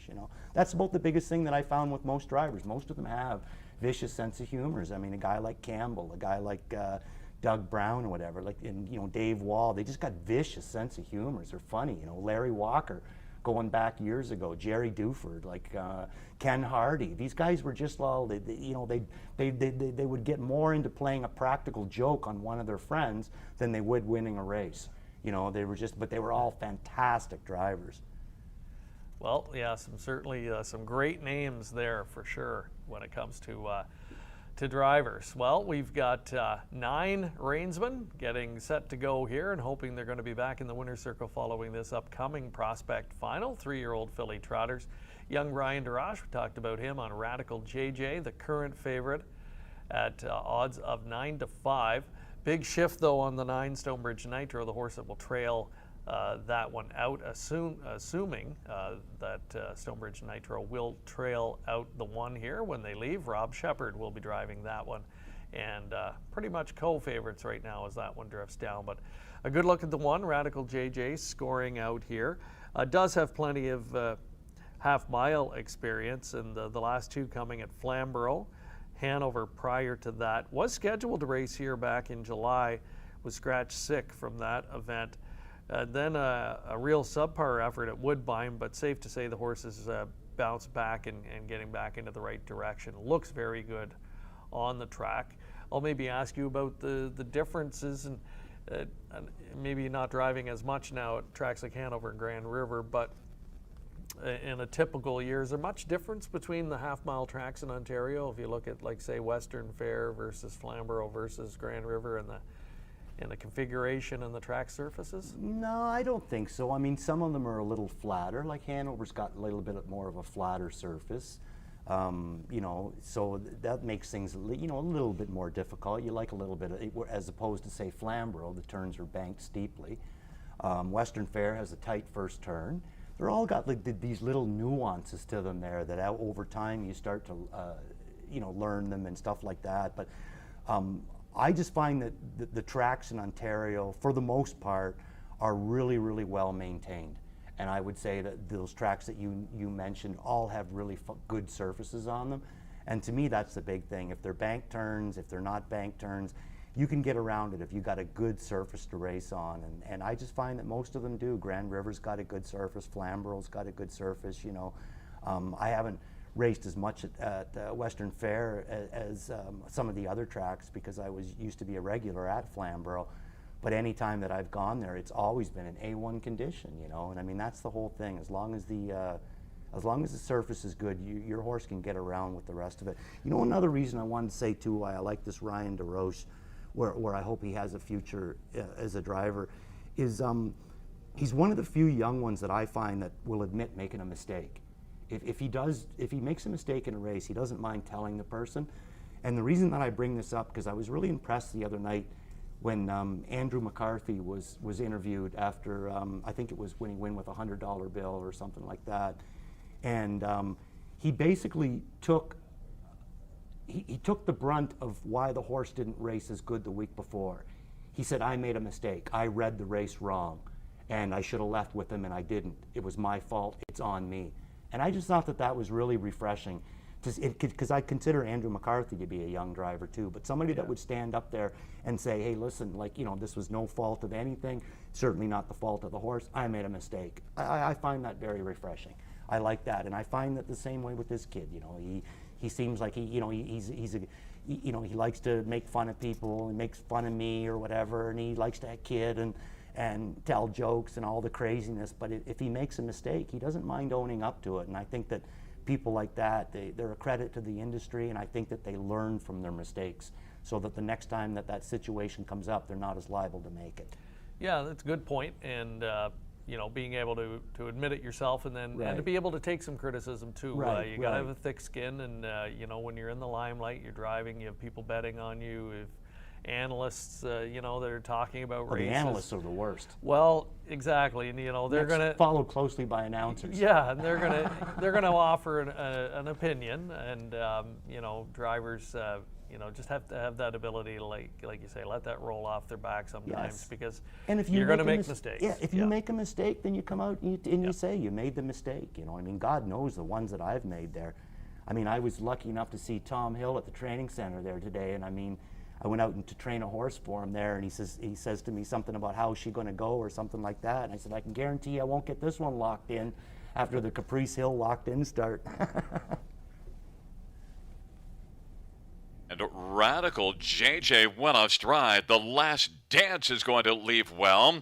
The Last Dance and Denise, and then Petro Angel. Top of the bar, was able to get over to the pylons a little bit better. Now is on the inside, racing fifth. Is grabbing fourth is going to be All Muscle and Sass on the outside, though. All Muscle and Sass now comes over to the pylons fourth, and top of the bar is fifth away. Then Stonebridge Nitro is sixth in early action, but The Last Dance was able to waltz out and get the lead at 40-1. Leads it by 2 1/4. Petro Angel is second. Denise is racing third. All Muscle and Sass, and then top of the bar, and Stonebridge Nitro and Radical JJ as the field works their way on to the opening quarter and past the quarter, 29-3. The Last Dance at 40-1 leads it for Paul McKenzie by a couple of lengths. Racing position second is Petro Angel. And Denise is on the inside third. Now here comes Top of the Bar moving on the outside. Top of the Bar is coming first up and has taken over third. Denise is racing fourth, and Stonebridge Nitro is following Top of the Bar. And Radical JJ's on the outside. And All Muscle and Sass is on the inside. Hits the last dance, and Paul McKenzie with the lead. But Top of the Bar has made it up to second down. And then goes off stride, and racing second, Petro Angel. So now Stonebridge Nitro is working first over. Stonebridge Nitro now is coming flying on the outside against the Last Dance, and the Last Dance trying to fend off Stonebridge Nitro. Stonebridge Nitro at 7-5, the Last Dance at 40-1. They're stride for stride. Up a half of 1 minute and 4 3/4 is recorded as they race in the final turn at 1:30-4, and Radical JJ's made a huge recovery. Stonebridge Nitro, Radical JJ, the Last Dance, Denise, and then Petro Angel. They turn for home. Stonebridge Nitro, Radical JJ. They come on down the stretch drive. Stonebridge Nitro has duck in at the finish. Radical JJ was second. Then Denise finishing third, and fourth was Petro Angel. We'll give you the mile time coming up shortly, but Rob, that's not quite the way. Wow, an action-packed prospect final for the 3-year-old filly trotters. Radical JJ, Randy, after talking at length about Ryan DeRoche and his prospects here with this one, looked like it was all for naught leaving the gate, and then suddenly at 3/4, we were both shocked that it was the one, making it all the way back up to third. And you know, he didn't come back to win, but I think Ryan, you know, he could have got a little antsy on the last turn and maybe asked the filly for that little bit extra at a point where she's probably tired from the big recovery, but he didn't. I think he wanted to make sure that he kept her together, and that's a real good recovery to be second. And I think full marks to Stonebridge Nitro, because I think she was bothered a little bit behind the one with that miscue in the first turn, and it cost her a good start, and she then came lost her from a long cover way back. Yeah, you know, and then lost her cover heading down the backstretch. No, she really raced really well. But I was glad to see Ryan get back up there and grab the deuce out of it. And you know, that's a big purse for Ryan. He's not used to racing for, you know, $15,000 purses and that. He mostly does his driving on the B tracks and that. So this is a big moment for him. And I just think that, you know, when he gets these chances, and he did very well tonight, that just gets him back into the barn early tomorrow morning. And that's, to me, is what makes a catch driver. Get in there and, you know, do some work. So, very impressive efforts from the 1-2 finishers here. They live up to the favorite status. Stonebridge Nitro compromised at the start, but comes all the way back to win for Rob Shepard. Melissa Lamoureux, her 4th consecutive trip to the winner's circle. Now, this is a filly that is really enjoying being in the limelight and getting that photo taken. That's the 4th straight time for her, with the victory over $30,000 in seasonal earnings. Real impressive filly here, because she handles almost like a pacer. She had all the horses breaking around her, all that adversity to handle in the first turn. Big rally in the backstretch, and then holds off the late charge. A filly that looks like she can handle any size racing surface, and should only get better, I think, with age. And that's the other thing there. I think she just showed us right there that she does have that ability to want to beat horses. You know, she was obviously probably bothered a few times, had to make a big recovery, got a little bit tired, but at no point, other than when Ryan first moved there, did it look like she was in any trouble whatsoever. You know, she was going to hold that filly off, and you know, she raced really well. She could be a really nice filly. And the other thing I like about her too, no hobbles. I love seeing, going back to that old style of no hobbles. It's nice. We've got a judge's inquiry here. We should advise you of that. Likely looking at the start. All the horses are broken, and probably the one, Radical JJ, just to make sure that that one did adhere to the braking rules. And you know, from our vantage point, we didn't see anything to indicate that she didn't, but they're going to want to have another look at it. We're getting a peek at one of the monitors here. Really, the only one that he could have bothered was the 9, and she wins. So, exactly. You know. So they're right now thanking, you know, thanking their lucky stars that the 9 did come back to win. So even if it's determined she bothered that one, there will be no placing from that. But yeah, it appeared she makes the break here. certainly loses ground. Probably did bother the 9 a little bit, Yeah, but a again, little that's bit. going to be a moot point here. Took her out of harm's way into the safety lane, lost Lands ground. back about here. Yeah. Yeah, I mean, she's dead last at this Yeah, point. so that's a great recovery on the part of both the 1-2 finishers here, as we will have the prices coming up shortly. It's a 9-1-5-4 top 4 finish order. That result is unofficial. So why don't we take another quick commercial break? When we come back, we'll have the prices and we'll set up our final Prospect Series race of the night. I gotta hit the beat. I gotta hit the beat. Gotta hit the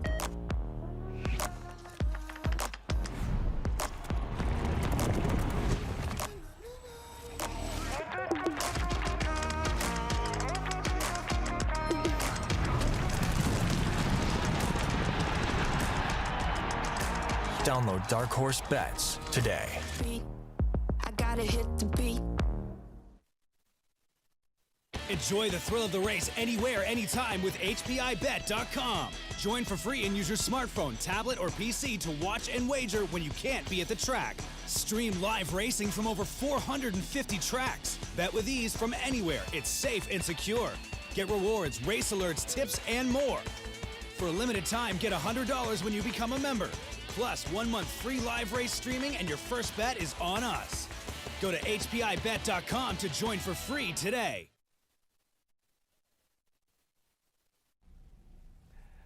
And welcome back, and the results are official. No change to the top 4 finish order. So the favorites finishing 1-2. Stonebridge Nitro extends the win streak and is the Prospect Series champion for 2021. Radical JJ, the big recovery to pick up second, and a nice payday as well. Coming up to our finale, rookie Colt Pacers in the last Prospect final of the night. This looks like a good one, Randy. On paper, pretty wide open affair. I'm King Khan, the favorite in the morning line, and likely favorite, but is going to have to negotiate a trailing post position here and some other talented colts if he's going to find himself in the winner's circle. Yeah, that to me is the biggest question mark. He's obviously a very, very quick horse. Some of his times he wins his Prospect at Kawartha by 18 lengths, a mile and 53. I know that he win a couple of his baby races early on. He's obviously got a lot of ability that way, but I had to go with him on top. It's just going to be that whole big question mark of how is he going to be able to deal with the trailer, It's just going to be some traffic that he's likely going to have to overcome here. Dale Spence gets the tap on the shoulder once again here. Another young gentleman from down east. He's been working with Ian Moore for I think the last year or so, and getting some driving assignments, getting a vote of confidence from Doc Moore here. And hey, he's on the right offspring, put it that way, of the right sire tonight. He's watching. Seems like he's watching is, definitely the horse of the night. He's sending out winners, so we'll see if this guy can cap off a big night for that stallion. But yeah, some other nice ones in here. A horse like Messiah from the McNair stable, I think could make some noise. What do you make of Final Cheese Recipe, the 4? Purely from a time perspective last time, 2 minutes doesn't really jump out at you, but that came at Leamington on a half-miler, and the horse never saw the pylons. That's the impressive part there. I mean, not often, in my time anyway, that you're going to take a trip like that and you're going to last right till the end. I mean, he only did win by a nose, but I mean, in most cases, that horse wouldn't have, been any better than 4th, 5th, or 6th. I loved the line before too, where he win by 3 at Kawartha Downs. I thought that was a very good line. I mean, he comes first over at a half and 55 seconds. So that to me shows me that he's, definitely has the speed to be a better kind of a horse, and he does, and he keeps on going. He got a little bit tired at the last quarter in 30 and 4, but I just don't think he's going to see a half and 55 tonight. So I think that he fits in here good, and again, I also like Messiah. I love the stallion on him, Control the Moment, one of the nicest horses I ever got to drive, and this horse has shown ability, you know, that he's a nice horse. He paced the last quarter in 28 flat over Clinton, which I think is pretty huge quarter for a 2-year-old pacing colt. And, you know, he just seems like he's kind of on the verge. His last start at Mohawk in the grassroots, this should be a move down. And, you know, he paced a back half in 56 and change, you know. So I think he's got the speed to beat these horses with, but the whole thing comes down to is whether or not the 9 horse is going to be able to handle that trailing position. That's it. There's a good look at him, and Dale Spence, and you know, it'll be a big moment for him here tonight too, and going to be a real good test for both Dale and the horse here.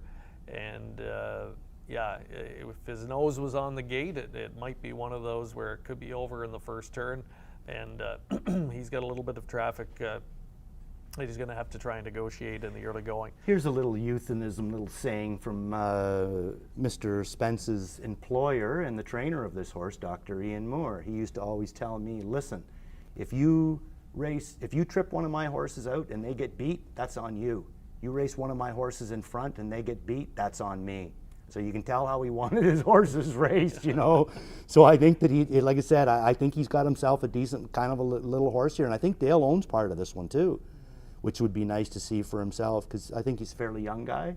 He is, yeah. So, yeah, definitely had, he looked like at the beginning of the year, he really was going to come out of the blocks strong, this horse, when we saw him in baby race action. Right. Maybe didn't quite live up to that. But again, you got a series like this, it really gives them a chance to kind of reset, right? Salvage the 2-year-old season, make sure you put them away on the right note, and that's huge, isn't it, for the horse's psyche to put them away good rather than put them away kind of tired and worn down. And the thing is too, is horses always learn more when they're not pushed to their limit. They're not going to learn much when they're in a race going every lick that they can go, you know what I mean? But if they're in a race where it's more of a time is not as going to be as fast, they learn more, because now you got them on the bit. You're the one that's steering them. You're the one that's teaching them how to race. Where is if they get into a race where it's like really, really way too tough for them, the whole race you're just chasing. All you're really doing is teaching them maybe not to like racing, you know. But that's what's such a great thing about this series. It gives an out for that guy that has that horse that's, you know, like is just that small step below grassroots horses. And again, down the road, we don't know how this is all going to play out, because obviously the filly of Wallace's that started in the Prospect Series and win the final tonight, her last start was in a grassroots and she raced fantastic. So like any of these horses could turn into anything, you know. But to me, he looks like he's kind of had some of the speed going all year that some of these other ones are just trying to catch up to. We got horses in here that haven't had a lifetime mark in 7 or 8 starts, you know, and he's already got a very fast mark of 53 and change. So one of the colts that has not been able to win this year, but he's turned in some good miles, is Shadow Moon Rising.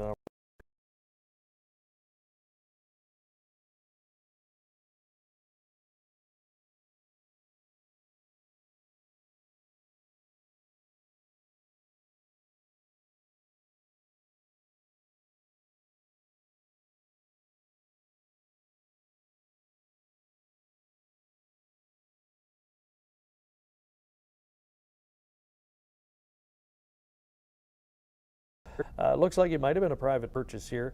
Hit the board in half of his 8 starts. Some good individual clockings, and you never know, could surprise here. I think he's going to be heard from, and 6-1. And what I like about him is tactical speed. I think he's going to need toward the outside of the gate. Yeah, and I also, you know, sometimes it's nice for a horse. Because Doc has a very big barn. He's got a lot of horses in his stable, you know, probably anywhere between 25 to 35, I would say. And then you move into a Dale Fritz's barn, who's a very, very competent horseman. I mean, learned his game from the best. All those boys, Dale, Brad, Randy, Terry, they all learned from the absolute best to me, which was Bud Fritz. And now he moves into a stable where there's not as many horses, and Dale's going to be more hands-on. and I think a lot of these horses sometimes they respond to that more than numbers. And from a personal standpoint, I do hope the horse races really well because, like I said, I'm a big fan of the whole Fritz family, but I didn't have very many judges that I liked, you know, in my driving career, but Rick Ryer would have been one of them. He was a very honest, straightforward guy to deal with.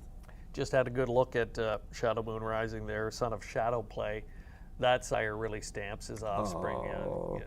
Handsome-looking individual himself, and has passed that on, and a lot of ability on the racetrack as well. They're coming out for post-parade. Just while they do, it's going to give us another moment to remind you that we are back with more live coverage on COSA-TV tomorrow night. We are looking forward to it. Always one of the most anticipated race nights of the season. It is the second edition of the Mohawk Million. Yes, a cool $1 million on the line for 2-year-old trotters tomorrow night. So many great storylines. Dover in Motion, the undefeated Indiana Invaders here. Undefeated filly Venerable. And the horse who's been at the top of the division this season, King of the North. 3 of the big guns in the Mohawk Million tomorrow night. We've got the $800,000 plus Metro Pace, the filly counterpart, the She's a Great Lady, Simcoe Stakes, and much more. Tomorrow night, beginning at 7:45. And tune in to COSA-TV for that live coverage. We are looking forward to it. We have a former Battle of Waterloo champion as a sire in this race. In this race? In this race, number 7. Oh, well, actually, that one's scratched. Oh, get out! No, there you go. I just noticed that myself, and it was ironic, Randy, because 2 drinks ago, your nemesis, one that you drove, one of your many Battle of Waterloo victories, turned out to be a really good sire. I think somebody fell off the bike on that one on the way back to the winner's circle. I'm not going to say who.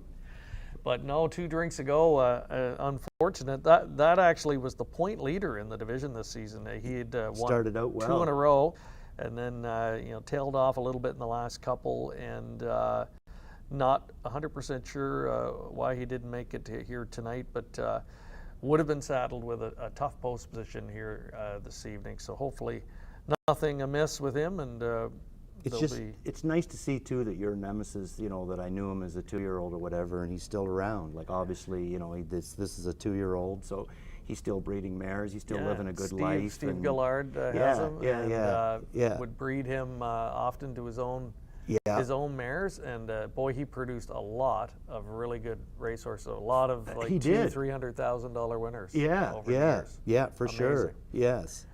So we're down to a field of 8 here. That will help the chances of I'm King Khan somewhat. That's one less horse he's got to try and negotiate. Interesting shift in the odds, though, Randy. Messiah, the one we talked about, is now co-favorite at 8-5. Now favored, in fact, by himself at 8-5, 9-5, drifting up. I'm King Khan. Messiah, one that I think, from what I've seen from him so far, is just a little bit better right now on the smaller track than he is on the big oval. I agree with that. He definitely shows that he's a little. He's probably kind of a handy kind of a horse, and he comes out of a very, very strong barn. The 9 horse, I'm just like I really it's just so frustrating to have with that 9-hole trailer and having to deal with it, because I look at the odds on him now and I just think to myself, if he was anywhere on the gate, anywhere, even the 8-hole, if he's anywhere on that gate, I think he's bet right down. My own personal opinion, I think a lot of the handicappers are seeing the same problem as you and I. How is he going to deal with this 9-hole, And unfortunately, he got in behind a couple of horses that don't really seem like they're very good levers.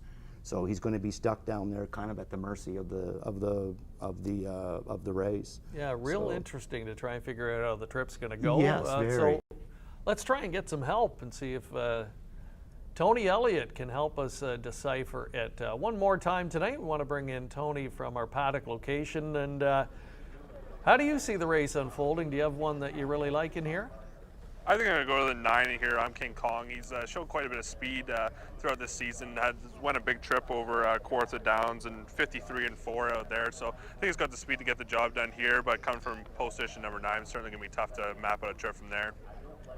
Yeah, that was going to be my next question. I would concur from a speed perspective. It looks like he maybe is a little bit ahead of them. How do you see the trip unfolding? Do you think he's going to try and find one to leave out behind and lay up close, or come from well off the pace? Yeah, I think it's going to be tough. Like, I don't see there's a lot of speed inside. Maybe follow out the two there. The one shows a little bit of speed there, but it doesn't show like the quickness right off the gate to try to work at a pocket trip or anything like that. So I think it's going to have to come maybe second order trip or things like that. But it looks like it does its best work on the front end. So we'll see how it maps out. All right, thanks again, Tony Elliott, for helping out. We'll see you down in London this coming for sure. week. All right. I can't wait. Tony Elliott, of course, real busy, Randy, getting ready for his first season at the helm at the Raceway in London, and we are excited to welcome back live racing there in a couple of weeks. Yeah, just maybe some final thoughts here. I'm King Khan. But how would you approach it?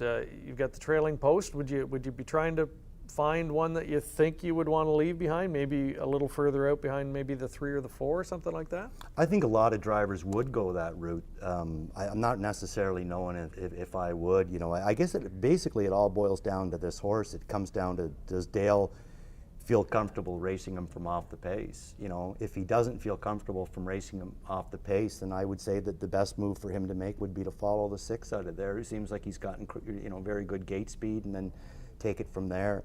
If he does feel, if he thinks that the horse can race good from off the pace, then I just wouldn't get into a rush, try to land middle, you know, and follow it out then, and just hope that maybe there's a little bit of action. But I don't see much action in here. I see 2 horses, you know, the 6 horse and maybe a little bit of the 4 horse or something that have gate speed, but the rest of them, it doesn't seem like there's a lot of gate speed in there. So I think, you know, probably his best bet would be to follow that 6. It all depends on how he wants to race him, either in front or from off the pace. And I got to go with Tony on that one. He does seem like he likes to race in front a little better than he does from off the pace. Well, I'm going to take a shot on the horse that hasn't been able to win this year, Shadow Moon Rising, sent out by new trainer Dale Fritz, Travis Henry driving.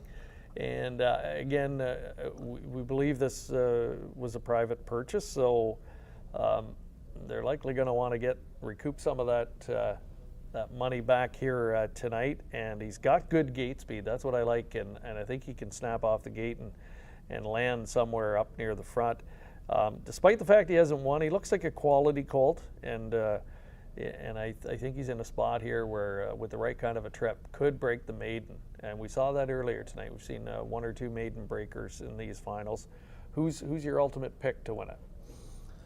Well, as much as I'm trying to talk myself out of it, I'm going to stay with the 9 horse. I'm King Khan, and just hope that he finds the trip that he needs. You know, I really do think that he's probably the speediest of all the horses in here. I think he's well seasoned. You know, he's had 8 starts this year, and you know, I just think that he's probably, in my opinion, the horse to beat. But that 9 hole is just so tricky. Yeah.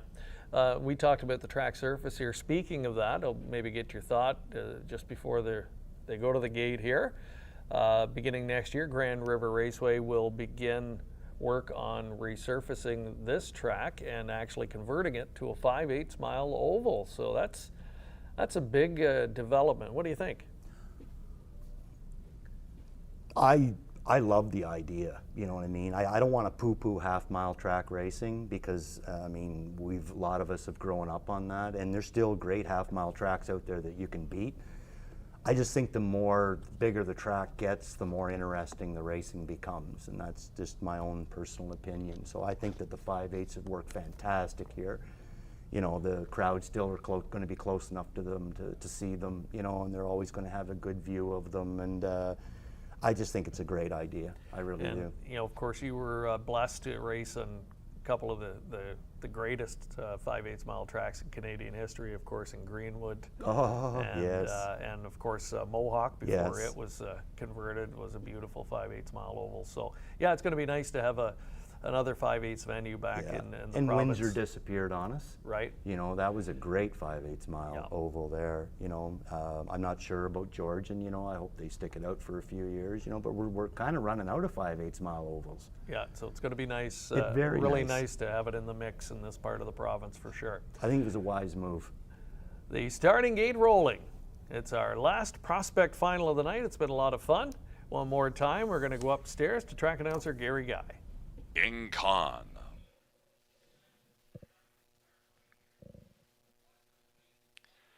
It's a field of 8, race number 10.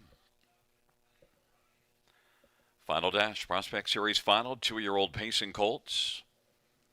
They're at the start of the rough. River Cruise, Final Cheese Recipe, La Playa Deo, Shadow Moon Rising, and then I'm King Kong gets a well, and making a break in stride, Final Cheese Recipe. And on the inside, La Playa Deo, River Cruise, Shadow Moon Rising is still caught on the outside. As they race the backstretch, River Cruise is trying to cruise right out and get the lead over La Playa Deo. Shadow Moon Rising caught on the outside. Shadow Moon Rising wants to drive up now for Travis Henry and make it to the lead, and I'm King Khan is still working on the outside. Shadow Moon Rising's got the lead. I'm King Khan on the outside, racing third, River Cruise, and then La Playa Deo and Messiah as they work on around the turn. It is I'm King Khan on the outside, looking to clear. Shadow Moon Rising as they race through up to the half of a 28-4 opening quarter, and I'm King Khan was able to take over. Shadow Moon Rising is racing second, River Cruise third. La Playa Deo now is going to play on the outside. Then Messiah, way back, booked solid, Words Escape Me, and Final Cheese Recipe. They raced their way on past the half. The opening quarter was 28-4. We'll give you the half when we get it. And it is I'm King Khan who's got the lead for Dale Spence. And that lead is about 2.5 or 3. Shadow Moon Rising, River Cruise on the outside is working up on the outside. Now has got a share of second. And now has second alone and is trying to reel in. I'm King Khan who's on the board at even money. But here comes River Cruise. River Cruise at 7-1. And La Playa Deo is playing a closer third. Then it is Messiah. Shadow Moon Rising drops back on the inside, 3/4, 127 and 1 off a half of 57 and 1. And it is I'm King Khan, River Cruise, La Playa Deo, and Messiah. I'm King Khan trying to hold on. River Cruise in the center of the track has dead aim as they come on down the lane. And now it is River Cruise, and on the inside, Messiah. It's close between Messiah and River Cruise, La Playa Deo, and I'm King Khan. The 3/4 was 127 and 1. We'll give you the mile time when we get it. Well, it was Jason Ryan, a.k.a. Ricky Bobby, kicking off our Prospect Finals night earlier this evening, and we think he caps it off here with River Cruise. It's close in the win photograph, but I thought he held on narrowly there out in the 2 or 3 path at the end. A son of better than Cheddar, and if that's the case, we've got another double-digit winner to end off the night. Yeah, and you know what Ricky Bobby always says, if you ain't first, you're last. That's true. Well, he practiced what he preached tonight. Yeah, he raced really, really well. I mean, that was an interesting race. There was a lot of action, a lot of lead changes, you know, and it was a very, very interesting race.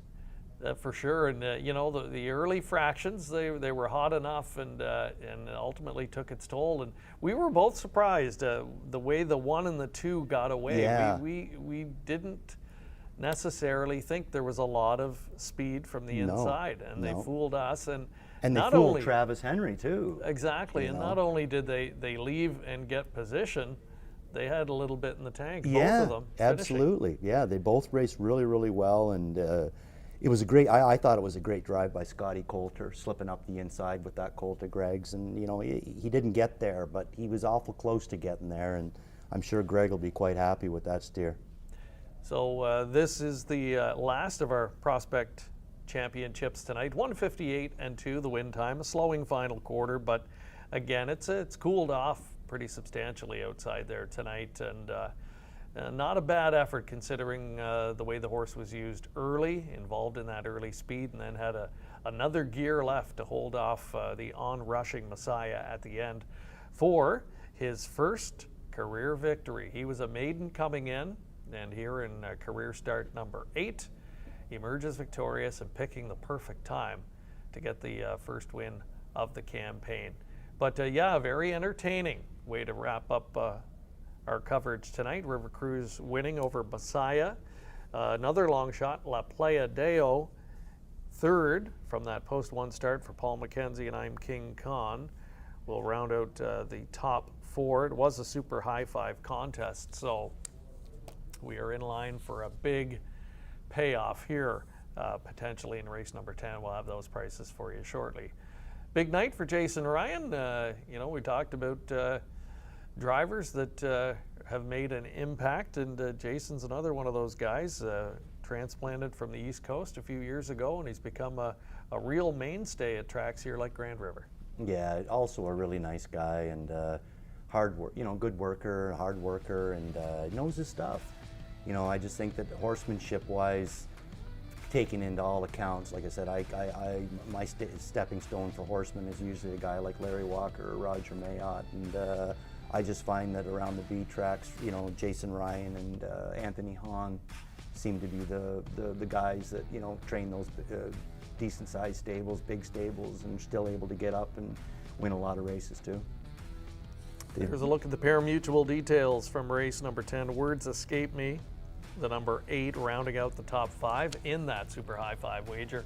$17.40 on the win end, and the 20-cent super high 5 worth close to $1,500. Very nice return. So we've had a little bit of everything tonight. We had some winning favorites, we had some mid-priced horses, and some long shots a little bit later on in the card. But like some of the races tonight, Randy, you started strong with your picks. I think you went 3 for 3 and then got a little tired late. Yeah, I threw the anchor Ran out of gas a little bit. Bled bad. Lasix for me next start. It started out real good and then kind of ended with a whimper. But, it was great racing. It was very exciting, very, very, very nice racing. And I'm so happy for the people that are leaving here tonight, $7,500 richer. I think about a guy like Donnie Rankin that's got to make that long drive down to, the Windsor area. And, I got a feeling he's not going to be tired driving home tonight. He's going to be pretty happy. And it's just nice to see these people with some of these horses, like even the last course, River Cruise, going into this race. He's 0 for 7. I mean, what a way to break your maiden in the Prospect Series final, going for $15,000, and that's when you decide that that's when he decides he's going to win the race, and it's just so nice to see that for people. Yeah, great. I think that's what I'll take from tonight is the fact that this is the bottom rung of the OSS program, but didn't diminish from the racing that we saw, the entertainment value, and I think the pure joy from the connections who were able to win tonight, and some of these horses we're going to go on and see them next year, potentially in grassroots. For the ones that are graduated the program, they'll be the bread and butter good raceway horses that we see at tracks across Ontario. So this is their night to shine. Most division-wise? Which one stood out to you as to be able to make that step up? I think the filly that we saw earlier. Ben Wallace's filly? Yeah, I agree. I think she, that's the one that's, showed me that she's really capable of going to the other place right now. Yeah, she'll graduate this year, but she's one that you would expect you're going to see on the WEG circuit. And as you said, perhaps in that filly's a mare preferred on Saturday nights. For the next few years. Right. She's got that look to her. Does. Certainly about her. But it was a lot of fun tonight. Real pleasure, Randy, as always. It's always a pleasure being around you, Greg. A lot of talking. Bit of your coolness rubs off. We had a lot of talking to do tonight with 8 races, so we had the right man to help us here tonight for sure. Some great stories, great insights, and we look forward to hope you'll join us again. Anytime, I'd love to come back. And I just it. wanted to thank you and Grand River Raceway and COSA and the COSA production crew, for doing such a great job, because you and I both know when it comes to the production crew, that's one of the main cogs and how these shows run. Yeah, and for sure. You just can't do much better than the guy you got at the helm. Yeah, absolutely. Kudos to all the gang, and we'll be right back at it tomorrow night. We can't wait. It is Mohawk Million Night from Woodbine Mohawk Park, Canada's richest night in racing. The Mohawk Million, just one of the many marquee events that we'll have as part of our coverage tomorrow night. And don't forget, tonight was the kickoff to OSS Championship season, and we'll have the OSS Grassroots Finals coming up from Woodbine Mohawk Park on October 9th. And then 1 week later, this year's Super Finals from the same venue. It's all going to be covered live here on COSA-TV. And don't forget, we'll be giving out some baseball caps, some COSA-TV ball caps following our show tonight for everybody who was commenting and engaging with us online, and we'll announce the winners on our social media platforms. Hope you can join us again tomorrow night. Until then, so long from Grand River Raceway. Be safe, everybody. By now, you know the name COSA-TV, an industry leader producing unique, high-quality digital content promoting harness racing in Ontario. Features, virtual programming, live events, and more. COSA-TV has it covered. Follow our social media channels and be sure to subscribe to our YouTube page to view the latest content. And if you're looking to bet your favorite Ontario track, check out HPIBet.com. COSA-TV, taking Ontario racing global.